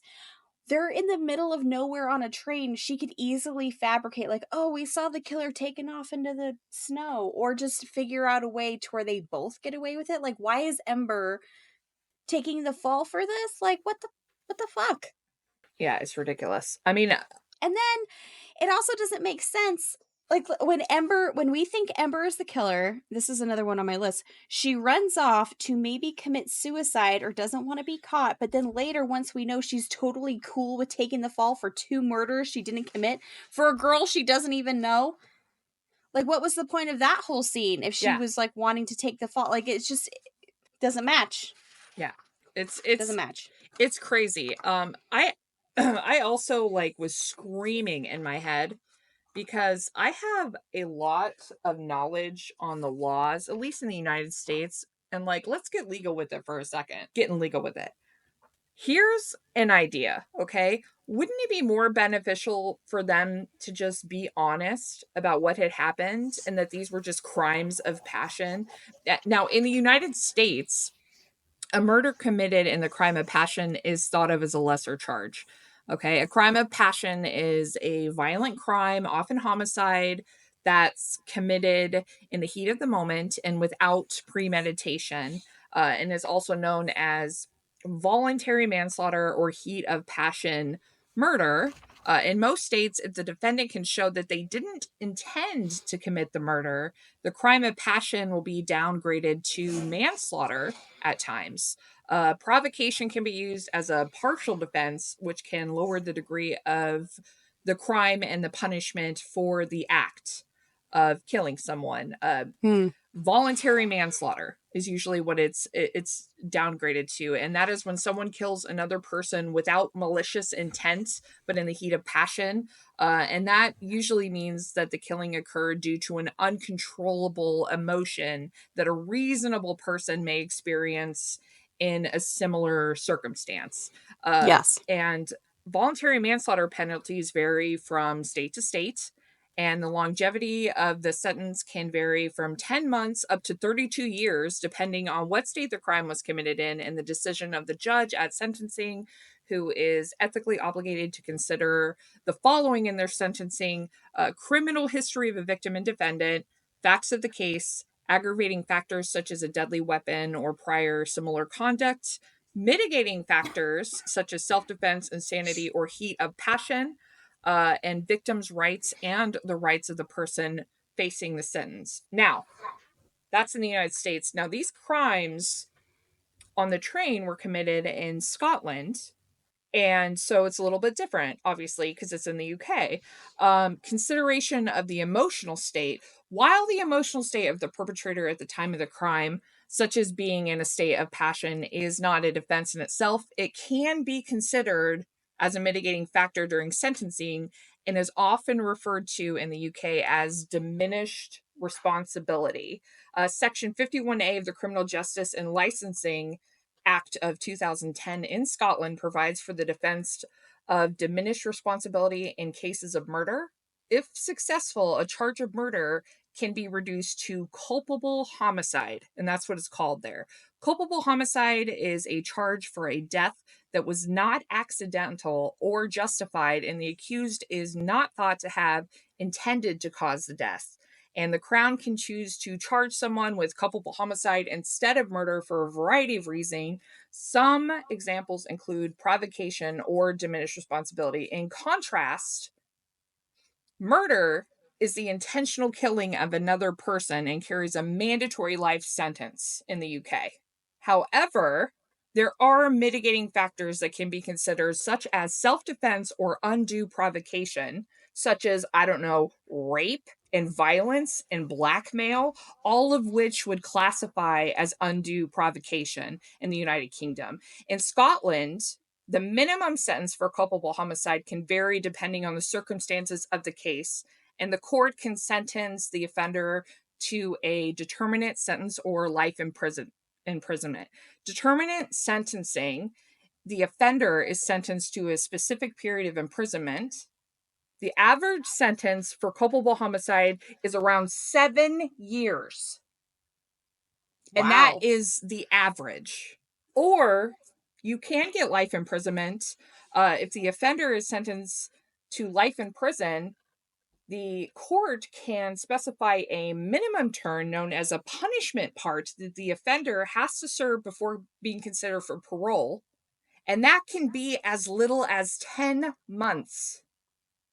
Okay? Wow. So, in accordance to the laws in the United Kingdom, with an emphasis on Scottish law, with all of the mitigating circumstances in this case, there is a huge chance under these circumstances of Liv getting culpable homicide for the murder of Beck due to her blackmail attempts, which is considered to be threatening and aggressive behavior, and a large possibility of culpable homicide for Grant as well due to his violent behavior and his history of rape and domestic abuse, which can easily be proven for Liz, but not for Ember. For Ember, she would get life in prison for the premeditated murder of Grant, of which she is innocent. And then the second charge, could possibly, at that point, be reduced during sentencing to culpable homicide due to the blackmailing if Ember can prove that, which she probably can't. Right. So you're telling me someone in law enforcement for that many years in London doesn't know these laws? Yeah. 100%. I thought also, like, can everybody just like take a moment and clap for Alita's, like, you just like, that was like the courtroom scene, finale scene, like, well done. I'm sure every listener right now is like, well, you missed your career as in criminal justice, Lita. That was chef's kiss. That was beautiful and well thought out argument. The jury has been swayed. You win the case. No, but I'm just saying, like, I mean, you're telling me that you're a seasoned detective and you don't know that is the best case scenario. And this is what I mean when, like, the characters as written act contradictory to what is written, but like it like I'm gonna help you get away with it. Yeah. Even though I've devoted my life to Law and Order, and here's like, no one has to go to jail forever, and no one has to lie. And even if they were gonna lie, why can she not lie for Ember as well? Like, if she hadn't have outed Ember in front of everybody, no one would know any of those things. Like, Roz could have just like kept that to her fucking self and then just helped them cover it up. It would have been easy. Right? And everybody knows at this point, or is going to know shortly, what a piece of shit Grant is. Right. And you could also argue, because of Grant's extreme allergy to peanuts, that Ayanna ate some of the train snacks that had peanuts in it. And because he raped her and, like, got all up in her mouth and fluids and things, that he did it to himself and it was his own ass fault. Right? Yeah. Like that is plausible. That's plausible. I mean, I don't understand the logic. Like, no one has to go to prison for the rest of their life. I mean, she could literally not even go to jail. Right. Exactly. Yeah. Exactly. I'm not saying that these two people, that their crimes made them deserve to die, but there was a lot of crimes here that contributed to these acts of violence, and lying about that is not going to help anybody. In fact, it's creating this massive secret surrounding rape and several murders that this young person, Liv, is going to have to keep a secret forever and never talk about. She can't go to therapy. You can't talk to a therapist about people you murdered. They're legally obligated to report a crime to the authorities like that. Right. And then you're going to let Ember, who has been also victimized and traumatized just as much, go to prison for the rest of her life for murders that she didn't commit? Like, make it make sense. Yeah. And be falsely imprisoned forever when she literally did nothing wrong. And I'm sorry, why is Roz okay with that? Like, because one of the things that she gets on in the book is that she gets mad that, like, justice is never served and, like, the right persons do not go to jail for their crimes. And she's going to let Ember, an innocent person, go to jail for crimes that she did not commit while helping get away with the crimes that she did commit when that was like her one thing? No. Right. Like, and No. also, what about holding people accountable for their actions? Like, you're going to send an innocent person to prison that was also raped and victimized by this asshole for the rest of their life for premeditated murder to save another rape victim. Like, Grant's life is not worth that sacrifice. Absolutely not. And no. Just no. No. Just not with no. everything that he's done. Just no. No. And Ember's sitting around thinking, like, I'm glad that, like, it'll suck to be in jail, but I'm glad that I'm going to be known as the murderer and I'm going to take credit for these murders that I didn't commit. Like, what? No. You know, not only is this so supremely irresponsible of Roz with all of her knowledge that she has, she basically frames Ember for murder. And even coaches Ember on lies that she needs to tell police to make it stick. Why are they doing this? Like, it makes no sense. And the idea that Roz is just going to allow this to happen to Ember and then just head on over to the hospital and move on with her new life is disgusting to me. Yes. Like, that is disgusting. Thank you. Yeah, I wrote #justice for Ember. Yes. Because, like, what about Ember in all this? Does she not matter? Like, right. I don't understand that. And also, like, you can get it. tell, or at least to me, it felt like, especially the second half of the book, it's a clear soapbox on sexual assault and the trauma that comes from that. Like, in the United States, and these are rape statistics for the United States, an estimated 91% of victims of rape and sexual assault are female, and 9% are male. Nearly 99% of perpetrators who commit rape are male. Women's statistics, though, this is interesting, okay? Could be because rape is not a singularly male crime. Approximately 1 in 5 women have reported completing or attempted rape at some point in their lifetime. Wow. Including completed forced penetration, attempted forced penetration, or alcohol drug facilitated completed penetration. So this is not a singularly male crime. Like, I feel like it's being presented in a way that it is. And even though a majority of rapes are committed by men, that's true. Yes. Not all of them are. Yeah. So they're not. Yes. So yes. To your point, that thing earlier that we said, I'm going to put a pin in it. Sexual assault against women and violence against women is a very real problem and a very real issue.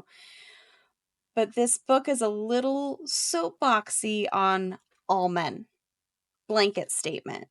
Like, the characters say it, Roz says it, Roz thinks it, Ember says it, this is what they do. I just kept thinking the whole second half of the book that I know people in my life, like I've had friends who have experienced assaults similar to this.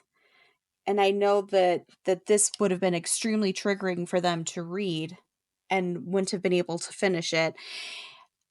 And I know that it's a book and it's art or whatever, and you can't, like, spoil anything, but, like, there need to be trigger warnings for certain things. Just like you would put a rating on a movie. Just courteously. It's courtesy. Like a trigger warning for a book. But, like, with movies, like, it is legally that they have to legally put a rating on the movie to say who it's appropriate for. Because look at this cute Christmas cover. Like, your 16-year-old says, like, oh, I want to read this cute Christmas murder mystery book. You would say, like, okay, sure. But there's a lot of really triggering things in here, and I know people personally who this would be very triggering for. And then I would feel really bad because, like, and like, here we are again. We've not recommended the book, but like we picked this book to do an episode on for all of our listeners. When we were done with the teacher, my husband said something to me because we had said in the teacher that the author has a responsibility to the reader to put a warning in their book for them. And he phrased it in a way that did make me think that this was true. He said the author, their only responsibility is to write a story. And when you open anything, you're choosing to go along with the journey that the author has written. And they do not have any responsibility to warn you about any content that they are writing. And this is freedom of speech. And that is true. But this almost comes across as false marketing. Not almost, it does. It does. Okay, to because me too. it's like you think you're going to be reading an Agatha Christie type read, and I don't know if our readers have read Agatha Christie. I don't know if you have read Agatha Christie. I actually haven't. Okay, well, but there are a lot of dark themes in Agatha Christie books. There are books that I have read by Agatha Christie where the character has killed a child. And it's part of their inner monologue, and they're just like always rehashing it. So a lot of her writing is very dark, and can have sexual themes like this. But which was probably quite scandalous when it came out back then. Mm-hmm. And there's no trigger warnings there. But nowadays it's just a courtesy. It's a courtesy. Well, right. To extend to your readers. Yes. Well, and then to your point, it's art. It's everybody is signing on for this. But I'll make the argument, like with movies, they're required to have a rating. And with any movie, you go into it being like, okay, I'm here to go along on the journey. This is the movie that this person has chose to create. But I knew going into it that it was rated R and not rated PG. So well, not even have to. Television shows too, like when you turn something on Netflix, it says rated MA for sexual content, smoking, cussing, language, violence, whatever. Yeah, right. So that's what I'm saying. At the bare minimum, like you don't even have to say what it is, but you can say, hey, rated R for violence and sex. So at least know. And for people who, like, honestly, like for me myself, I probably wouldn't have really thought about it in that way. But now I know people in my life who have experienced things like this. And so when I got to some of these things, I kind of read it through a different lens because of what people in my life that I know personally have gone through. And I know that they wouldn't be able to sit through this book, and then I would have felt very guilty that I suggested this book to them without having read it and re-traumatizing someone. Yeah. Because it's heavy stuff. It's heavy and stuff. And not only for the rape, there's a lot of stuff. Like, I was also a little jarred by some of the description of premature birth. Mm-hmm. That could be triggering for a lot of people too, especially people who've lost a child that way. Yeah, which I do know people in my life who I was like, oh, I'm glad they're not reading this book, or, you know. I almost feel like it's a trick to get you to buy it. Right. Yeah. Because, and that's the other thing, that a lot of books like thrillers or literary fiction that have these very dark themes in them, it's pretty open about it on the cover, or like the comments from people who are reviewing it, like it's dark, it's gritty, it's rough, but it's a story that needs to be told. So you, like, even if you don't know the story, you kind of like have an idea of what you're walking into. Walking into. And like you said, I'm choosing to go on that journey.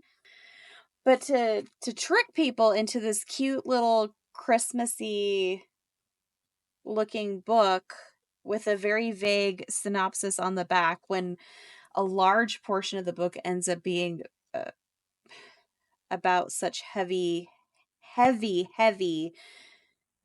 material. It's just, and even tonally, the shift from the first half to the second half is also just like, whoa. It you know what, I'll tell you what it does is it puts a bad taste in your mouth. a really bad taste in your mouth. And honestly, we'll get into this later with 1 stars, but we are not alone in any of this. I really kept myself from reading them. When we get to 1 stars, and even the average rating on this book is shocking. And we'll get into that a little bit later. I have a quote on the where characters feel contradictory, or like, why the fuck would they do that? Like, that's not realistic. Aiden, Phil's son, his teenage son, openly accuses him of murder in the train. I know. He was like, well, maybe the murderer was you, Dad. Right, like page 203. Page 203. They're all like talking and they're pointing fingers at everybody. And Aiden says, I mean, that's all pretty sus, Dad. Aiden says, Meg fancied you, so we had to move, and then her fiance finds out, gets jealous, and insults you. Maybe you attacked him. Even Phil's kids don't like him. And then Liv is like, Aiden, like, that's Dad you're talking about. Like, no, that did not happen. That's something that my 7-year-old would say just because he wants to be a part of the conversation. Right?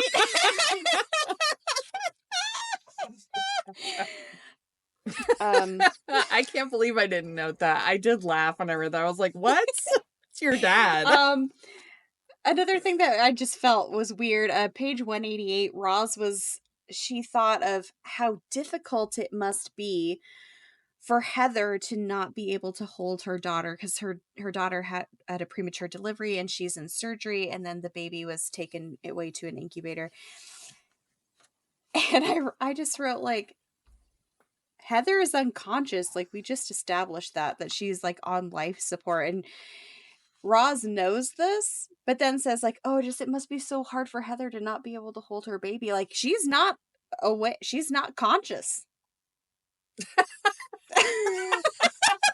like she keeps trying to like dramatize every moment. I'm like, but you just said she was unconscious. Like, she doesn't even know. She's not even aware that she's given birth yet.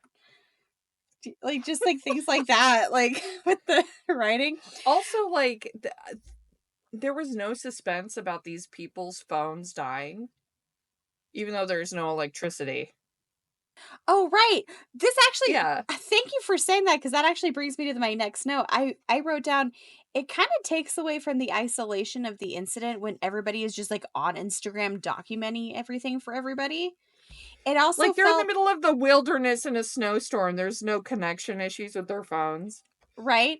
And then it also just felt a little bit like plot cheating to have Laz feeding Roz information from the police station.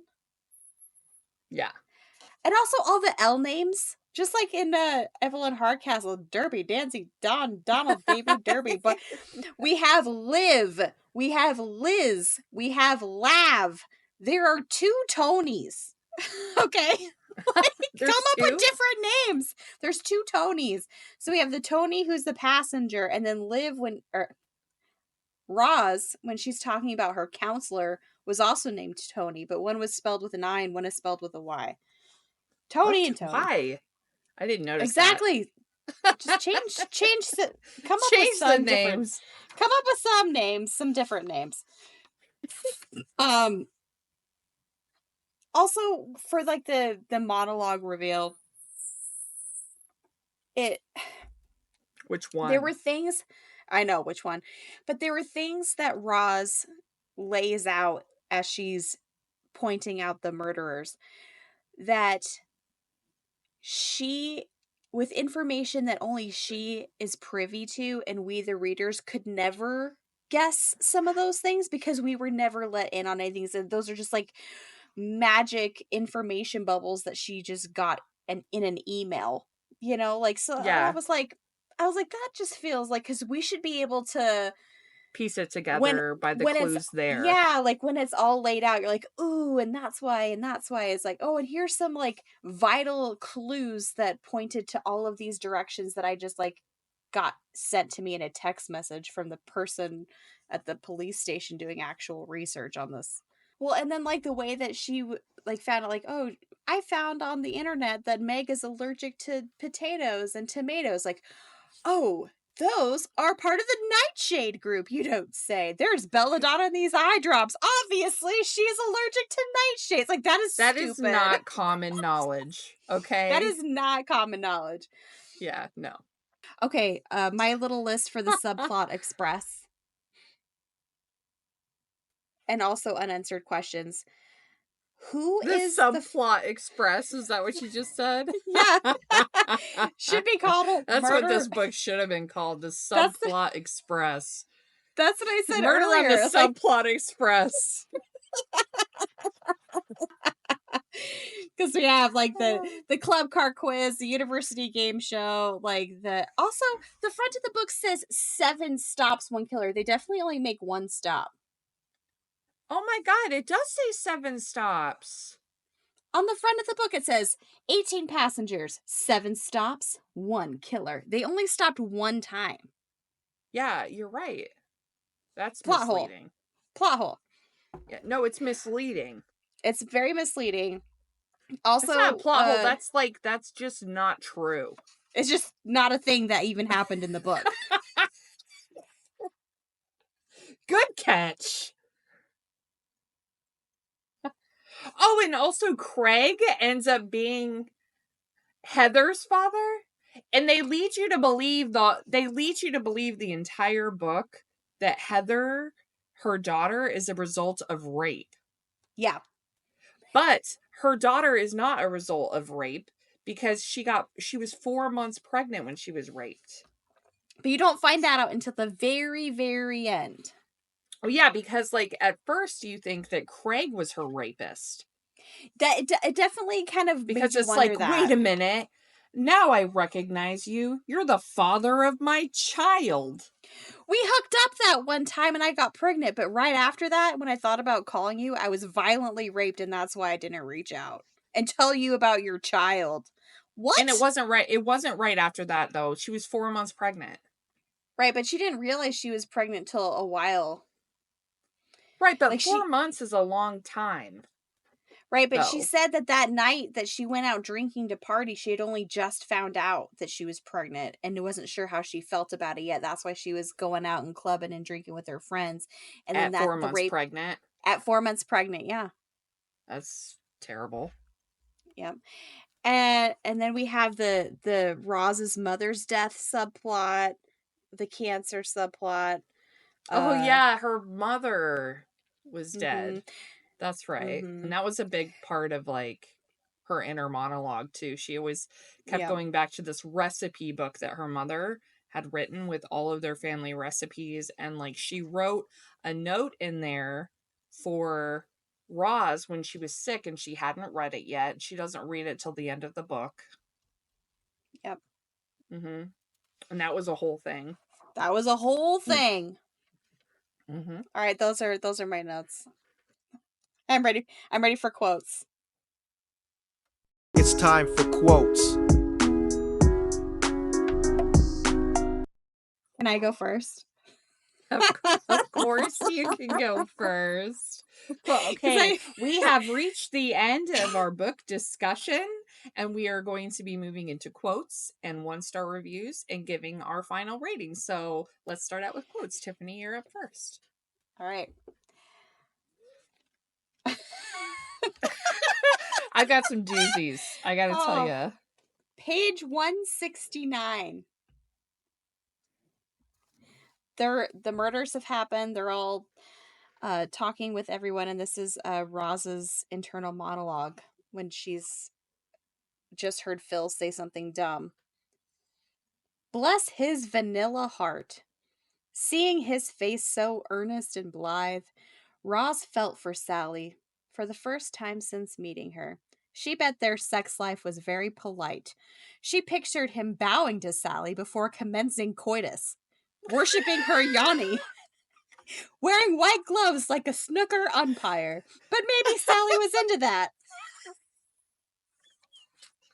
I had that one too. I knew you would. That's why I wanted to go first. Coitus. Jesus Christ. That was the weirdest sentence I've ever read. Worshipping her Yanni. Wearing white gloves like a snooker empire. What does that even mean? Oh my god. Okay, this one's at the beginning of the prologue. That's where I'm starting. That's how fast it was. Oh, mine was fast too, but I wanted to do that one first. I knew you were like, I'm taking the coitus quote. I knew you would have it. Okay, beginning of the prologue. Inside their club double, she locked the door and curled into a fetal position on the bed. She held a pillow to her chest and rocked. Her heart felt pulled apart, like a Christmas cracker, and all that was left was a scrunched up joke. A Christmas cracker? A cracker, honey. Oh, that's funny. Page 13. Roz, very early. They're like getting snacks at the club car. Oh my god, I have this one too. Oh, no way. I know. Is it the muffin top quote? Yes. Yep.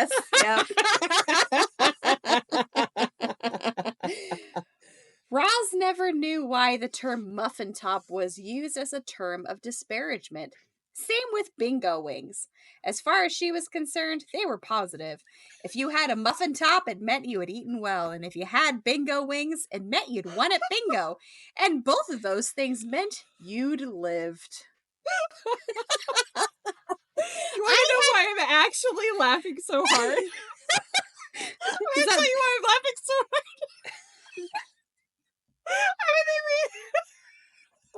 This is what mine says. I don't know. It must have been autocorrect. Mine says Roz. I can't even say it. Mine says Roz never knew why the term muffin top was used as a term of disparagement. Same with buffalo. Same with buffalo. Same with buffalo wings. See, this is why you always... I wrote buffalo instead of bingo. See, this is why I do quotes directly from the book and I don't rely on my typing them. Also, I have never heard the term bingo wings. Have you? I have to Google that. I was like, what is that? What is a bingo wing? What is that? Did you know? No. What is it? It's this part of like this flabby. I gotta stop laughing. It's this like flabby part of your under your arm. Like if you lift your arms up, like oh bingo, but then like your arm flab from underneath is just wiggling around. Bingo. That's what it is. I can't believe I wrote buffalo. Heard that term. I've never heard that term before. Okay, page 58. Okay. Page 58. Beck says, I'm sorry, I can't stop. Page 58. Beck says, you all need a name for your teams. I've decided ours is the Cracker Team.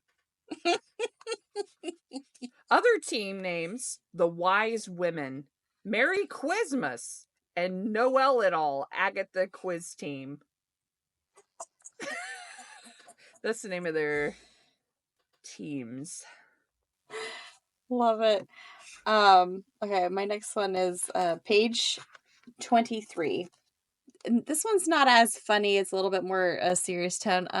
It's Meg's POV, and she's concerned about her appearance and like worrying about wrinkles and stuff. Page 23. They were unlikely, though, to turn back the clock to before she could start worrying about wrinkles. Not that she could remember such a time. She was 24 and had been freezing her forehead for years to fight the frown lines, but she still feared them appearing. One of her earliest memories was sitting on the floor, watching Mum as she put her hands on either side of her face, pulling back the skin and saying, "I used to be so pretty, so young. Never get old, darling." And then it goes into saying how she's the reason why she's doing the eye drop products and things like that would later contribute to her death. But I just thought it was interesting to know how those little things that you do in front of your kids, how they can just have such a lasting effect. Oh yeah. When you just talk bad about yourself, even though that comment seems so innocent and innocuous, for her, it's the thing that stuck forever in her mind, and now she's obsessed with things, and it led to her death because of all the products that she was using, because that was something that she fixated on so extreme. So just one of those things, be careful what you say around impressionable ears. There was some great writing in this book at and times. I think that's what was frustrating, because some of it was really good, and then some of it was just what even the fuck was coitus and her Yanni? We're taking a shift. I've got a good quote that I liked as well on page 42. That was the magic of trains. The world seemed to pass you by while you were still, yet somehow you got where you wanted to go. If only life were like that. She became aware of thousands of parallel lives. All those people in just glimpsed houses on their sofas, in the bath or in the bed, watching telly or porn happily or otherwise, some crying, others dying. Like every small part of the train, each life was integral. Yes, I do remember that one. I like that quote. That's a good one. I have 2 different ones actually on page 32. Roz is talking about the cheese plate that she's getting. Basically her charcuterie board for the train. Ollie had placed the platter in front of her. Pale hunks of Orkney and Iran cheddars hung like standing stones on the slate. A Hebridean brie looked pleasingly squidgy. Yeah. And the mull of Kintry blue was as pale and vein-threaded as Roz's thighs. Cheese was for life, not just for Christmas. She's got veiny thighs. She's got varicose veins. Cheese is life. The veiny thighs. I thought you were going to say dick. I think it's going to be like a vein, because every time I hear the word veiny, I automatically think of a penis. I mean, me too. Every time. Yeah. I mean, it's disgusting. Thanks for ruining cheese. Page 89. She didn't have God to turn to. All she had was Google.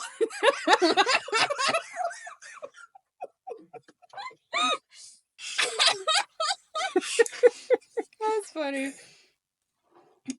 This one is a specific to you and me. Page 32. Roz is talking about the recipe book that her mother has left her. And in it, she put a lot of notes in the margins and things.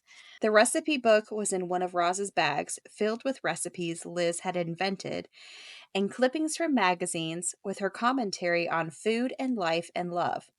It was her diary, her memoir, a foodie book of shadows. Aww, that's for you and me. Yeah. The Book of Shadows. I have one from page 33. Charmed reference there. Oh, hey. Yes, which is also during the recipe pages. So this is a note from her.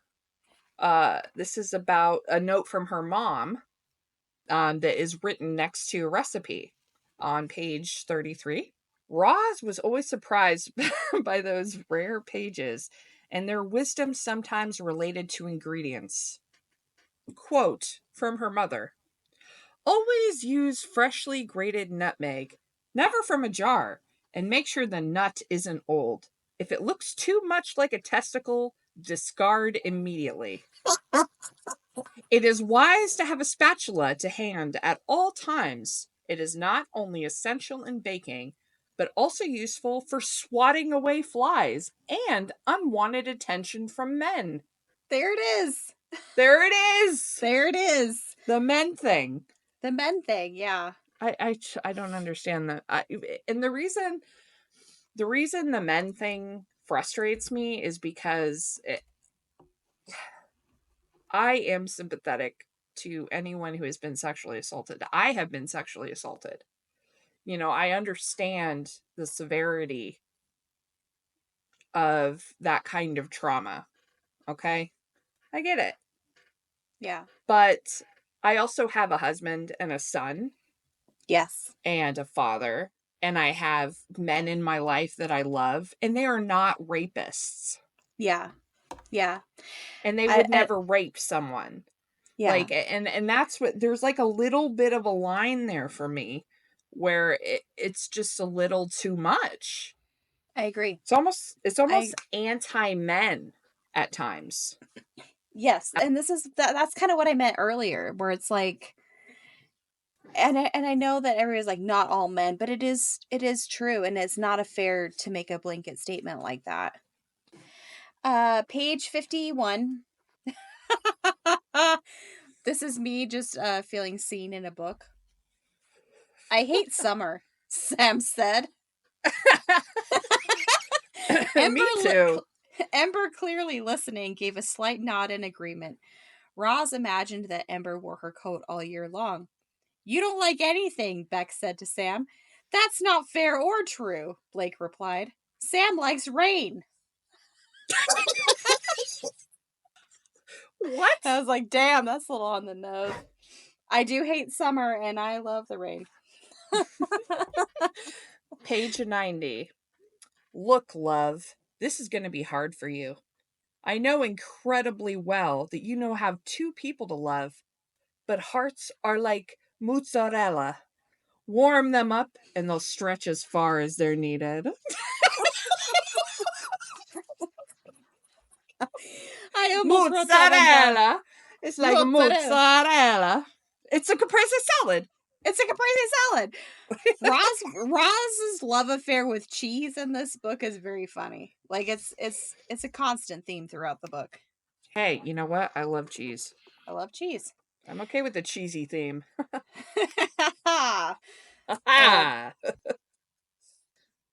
Okay, page 53. This is a quote from Mary, who is the elderly woman on the train. I liked her. Yeah. You will be surprised to learn that I'm not a virgin, though, Mary said. Yeah, because she has a son, first of all. I'm just going to keep going here. Far from it. Not that it matters anymore. I am offered neither sex nor respite by gentlemen callers.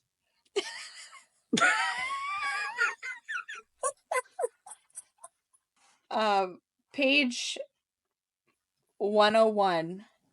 It just, Roz, the supposed murder of Meg has just happened, and Roz is basically coming forward being like, listen, I'm a police officer. I have credentials. If you're at all unsure, you can check my credentials. Roz grabbed her wallet from her coat pocket and showed her expired card. I'm Roz, formerly D.I. Rosalind Parker, C.I.D. Lewisham, specialist in obtaining confessions and fucking people off so much they fuck up so I can catch them.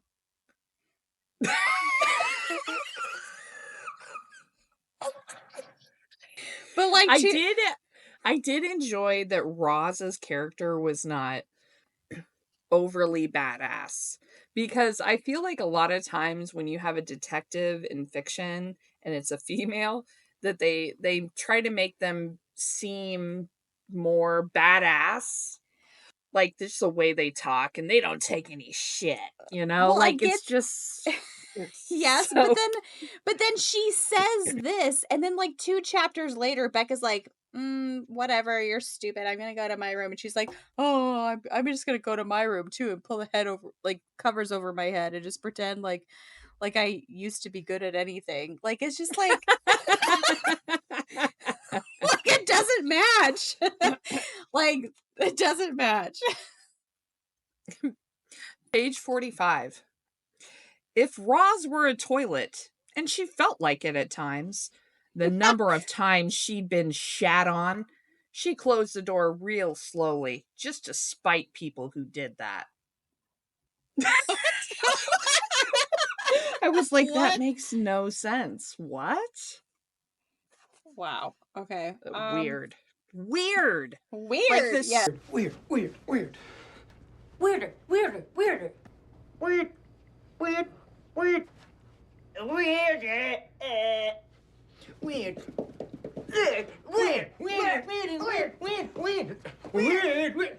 What are we doing? I don't know. You started it. Weird. Like there's yes. so many things I'm just like, weird. What a weird way thing to that. say. Yeah. Page 143. The second or third murder has happened at this point, and this is the driver, Bella, talking. And the heat has gone out in the train, so it's like, oh crap, like we don't have enough problems now. The heat is out, so we're gonna have to like figure out a way to keep everybody warm, gather all the blankets. Good idea, although that's not the worst problem. Bella closed her eyes and sighed, as if gathering herself to admit the most repellent of crimes. We've run out of tea. I remember that part. I remember like, oh. But I mean, like, I think three people are dead and the heat is done, and we're stranded in the middle of the Highlands and the we've blizzard. Run out of tea. We've run out of tea. Well, I think that's a big deal over there. We don't drink a lot of tea over here. I mean, I get that it's big, but that would be like the equivalent of be like, okay, well, what's worse though? Like, but we're out of coffee. Like, where's the nearest Starbucks? Like, we are out of coffee. Like, calm down. I've got one more. Oh, I've got one more too. Matching. Oh, yeah. Yay, matching. Twinsies. Page 165. Their utterances, whether spiked or spiced, plain nutty, or as dry as raisins, were mixed together into a cacophonous sludge, a Christmas pudding of voices.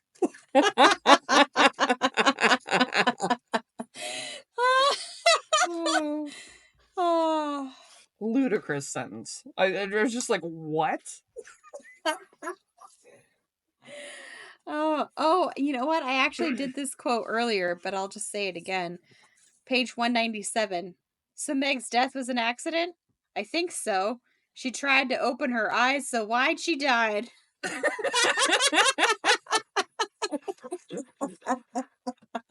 Oh my god. That was a close. doozy. Fun. How is it that this book managed to be like just so ridiculous and also just so intense at the same time? It's such a weird cacophonous sludge. That's what I call it. Like, the gamut of things we've had to talk about tonight is pretty crazy. Okay.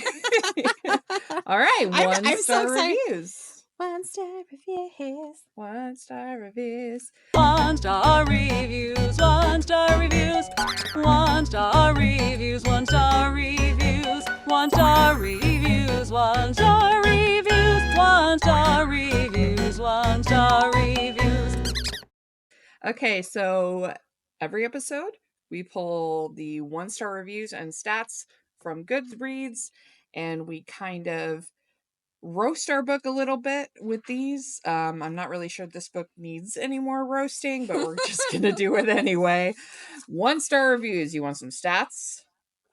Give me the stats. There's the stats. Here we go. 1-star reviews. Murder on the Christmas Express by Alexandra Benedict has an average rating of 3.14 stars. Only 8% of people who rated this book 5 stars. The second there were 5 stars? Yeah. 8%, 863 of them only. How many ratings altogether? Oh shit, I forgot to grab that. Guess you'll never know. They will if they're watching the YouTube, because I'll put a picture of it. Okay, she'll put a picture of it. If you want to watch our YouTube, we have a YouTube with visual stimulation. Most people rated this book 3 stars, 41%. About 4,261 people. 5% of people rated this book 1 star, but the 5-star review is a close second at 8%. So the least amount of people almost rated this book 5 stars. Very close, just by a few percentages. Wow. Yeah. So that tells you something right there. Yeah. So we're just going to hack right into it. Jamie says 1.5, rounding up out of sheer Christmas spirit. Edit, marked down to 1 star in a rare Scrooge-like moment. Dave says, oh dear. Oh dear. The perfect example of how you should never judge a book by its cover. This suggests a Perrault-style Christmas mystery. Instead, we have a dull whodunit with a ham-fisted attempt to tackle some serious issues. In a nutshell, yeah. In a nutshell. Lavender Poodle says, no. Just no. Completely overdone. Too many people, stories, details, too much PTSD, PC, drama, and the use of the word crone. Love that. Casey says, I think that this may be my least favorite book of the year. I think this book was written by somebody who has never been on a train or visited Scotland. They definitely haven't been on a train in Scotland, because you do not stand up and announce to the entire carriage that you're all going to have a quiz and a conga on a train. Are you actually kidding me? The only thing I enjoyed was the cat. Right? Like the quiz thing was so awkward. It was so weird. It's so weird. Yeah. No one would do that. Jack says, I can't help but feel this book has been severely incorrectly marketed. This is in no way a Christmas read.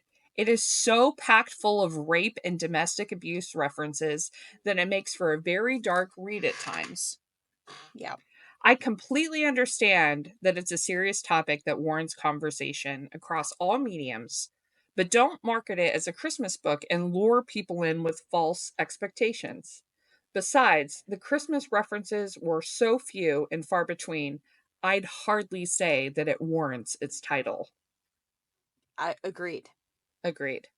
Brent says, also perhaps because I'm a man that I noticed this, but the author seems to be very angry at men and writes them in the most stereotypical manner. The men are asses just to be asses. Please mention manspreading and mansplaining while a girl is actually murdered. Yeah. Laura says, long lecture on how rape is really bad and people shouldn't do it. Nearly every male character had some sort of abusive streak. This just felt clunky and unnecessary. There are better ways of raising awareness that don't feel like you're sitting through a 1970s public service broadcast. I'm pretty sure the majority of readers will be women. We don't need this lecture. Added to this, the plot was a bit crap. Kristen Renee Swiss Cheese Jelly Bean says, Can I give this book half a star? Let's say yes and be done with it. And that was my last 1 star. Most of the 1-star reviews that I read mention the lack of trigger warnings and deceptive marketing. And we know a thing or two about deceptive marketing, don't we, Tiffany? We do. Yes. Because recently we bought some advent calendars and it didn't go over so well. Oh my God. We also bought some Valaris advent calendars that were let's just say that they were a scam. Let's just say that. Ridiculous. And if you want to go to our Instagram page, you can find us on our Instagram. We'll link our socials here in a little bit, but have also some videos. well played scammers, because like I'm not a person that falls for scams really, but I'm just that much of a dork. I'm like, ooh, I want that. Right? We bought 3 of those fucking things. 3. One for each of us, and then one for the giveaway. Yeah. Sorry. And it was all junk. To the recipient of that. But that's all I have for 1-star reviews. So final thoughts and rating? Final thoughts and ratings. Do you want me to go first? I'll go first. Sure, yeah. Okay. This is a bit long, so bear with me here. Okay. I'm here for it.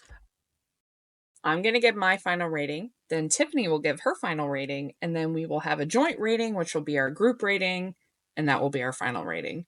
The ending of this book frustrates me with the framing of Ember and the acceptance of this framing by all characters involved, especially Roz. At first, I had several reasons why I thought this kind of narrative was dangerous. But the most prominent one I struggled with is the messaging that this kind of ending is a better scenario than telling the truth when rape is the most underreported crime in the United States and the UK. According to the U.S. Justice Department statistics, survivors often fear the juries will believe the perpetrator is not them, and pursuing justice may result in further physical, economic, or social harm. People don't report this crime for fear of retaliation. Victims fear consequences from their perpetrators sometimes, such as demotion or denial of a promotion at work, shame or embarrassment, not wanting family or friends to know, lack of faith in the justice system. Many victims believe that the police would not do anything to help or even believe them, despite studies estimating that 1 in 6 women and 1 in 21 men will be the victim of attempted or completed forcible rape in their lifetimes. Only 16 to 40% of rapes are reported to law enforcement. In the UK, only around 15% of those who experience sexual violence report it to the police. However, according to the statistics from the University of London in England and Wales, more than 99% of rapes reported to police do not end in conviction. This is a result of a criminal justice system that makes prosecuting rape extremely rare, lengthy, and difficult. It is referred to as a crisis in the UK, which is important to note and might be one of the reasons why this narrative is written in this way, to draw attention to it. As Alexandra Benedict is from the UK, culturally, this can explain this narrative of rape and sexual assault themes in this book in a way that perhaps we in the United States don't understand. At the end of the day, I didn't really care much for this book. I didn't expect anything cozy because it is a murder mystery, but I thought the pacing moved too slowly, the Christmas aspect was severely lacking, the twists were too fantastical, and the ending was disappointing. There were some good moments in here, but I still don't care for it that much. I would not be opposed to reading another book from this author. However, my rating is 2 stars. Well said. When I closed it, I honestly didn't know how to feel about this book. The first half was a little slow and hard to get into, but then the second half was a complete tonal shift that gave me whiplash. Once again, I felt suckered by the promise of a fun, cozy Christmas murder mystery, but got a vastly different book that should have had trigger warnings for graphic sexual violence. It felt really icky that every plot twist revolved around that. I felt like this book didn't know what it wanted to be, because the first half was like fun time with a murder mystery to solve versus trauma soapbox. There is a very real time and place to bring awareness to this type of violence that is very real. It just didn't match the rest of the book. The way that everything was handled seemed to have the opposite effect to me.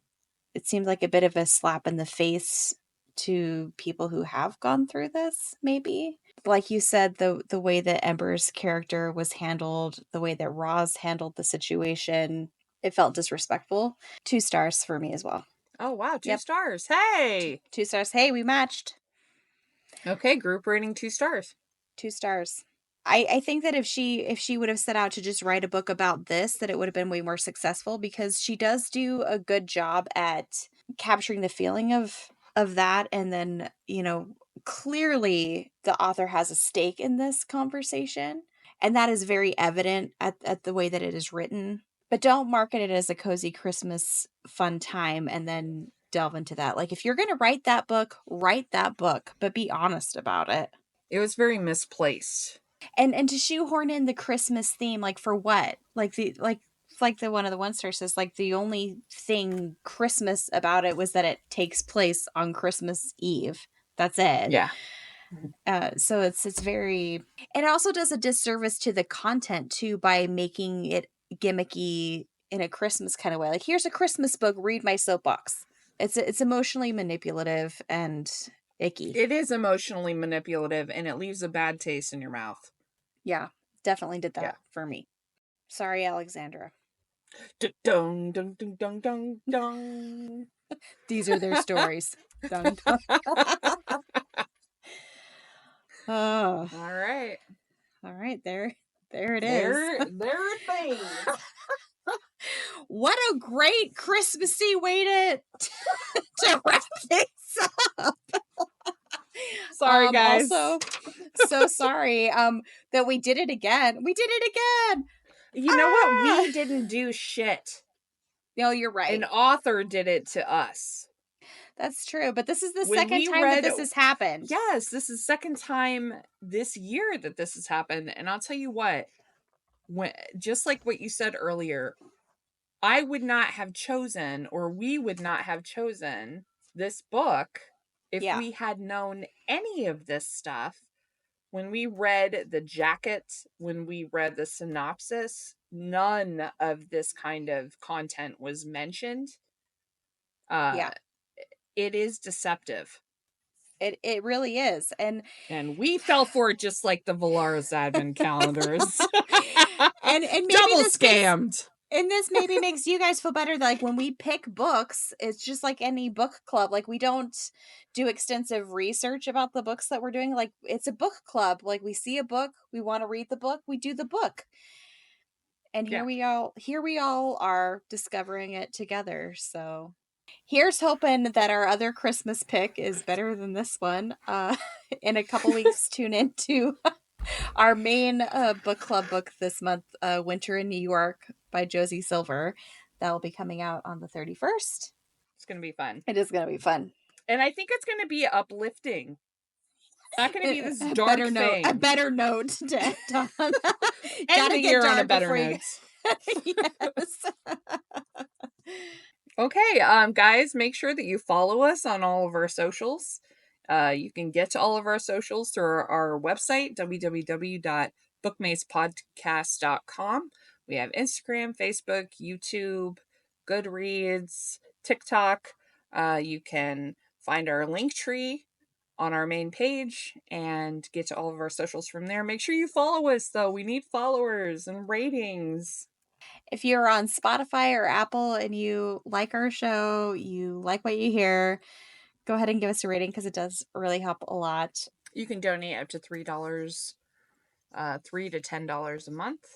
Your preference, whatever you Not want. necessary, but if you do, we will shout you out.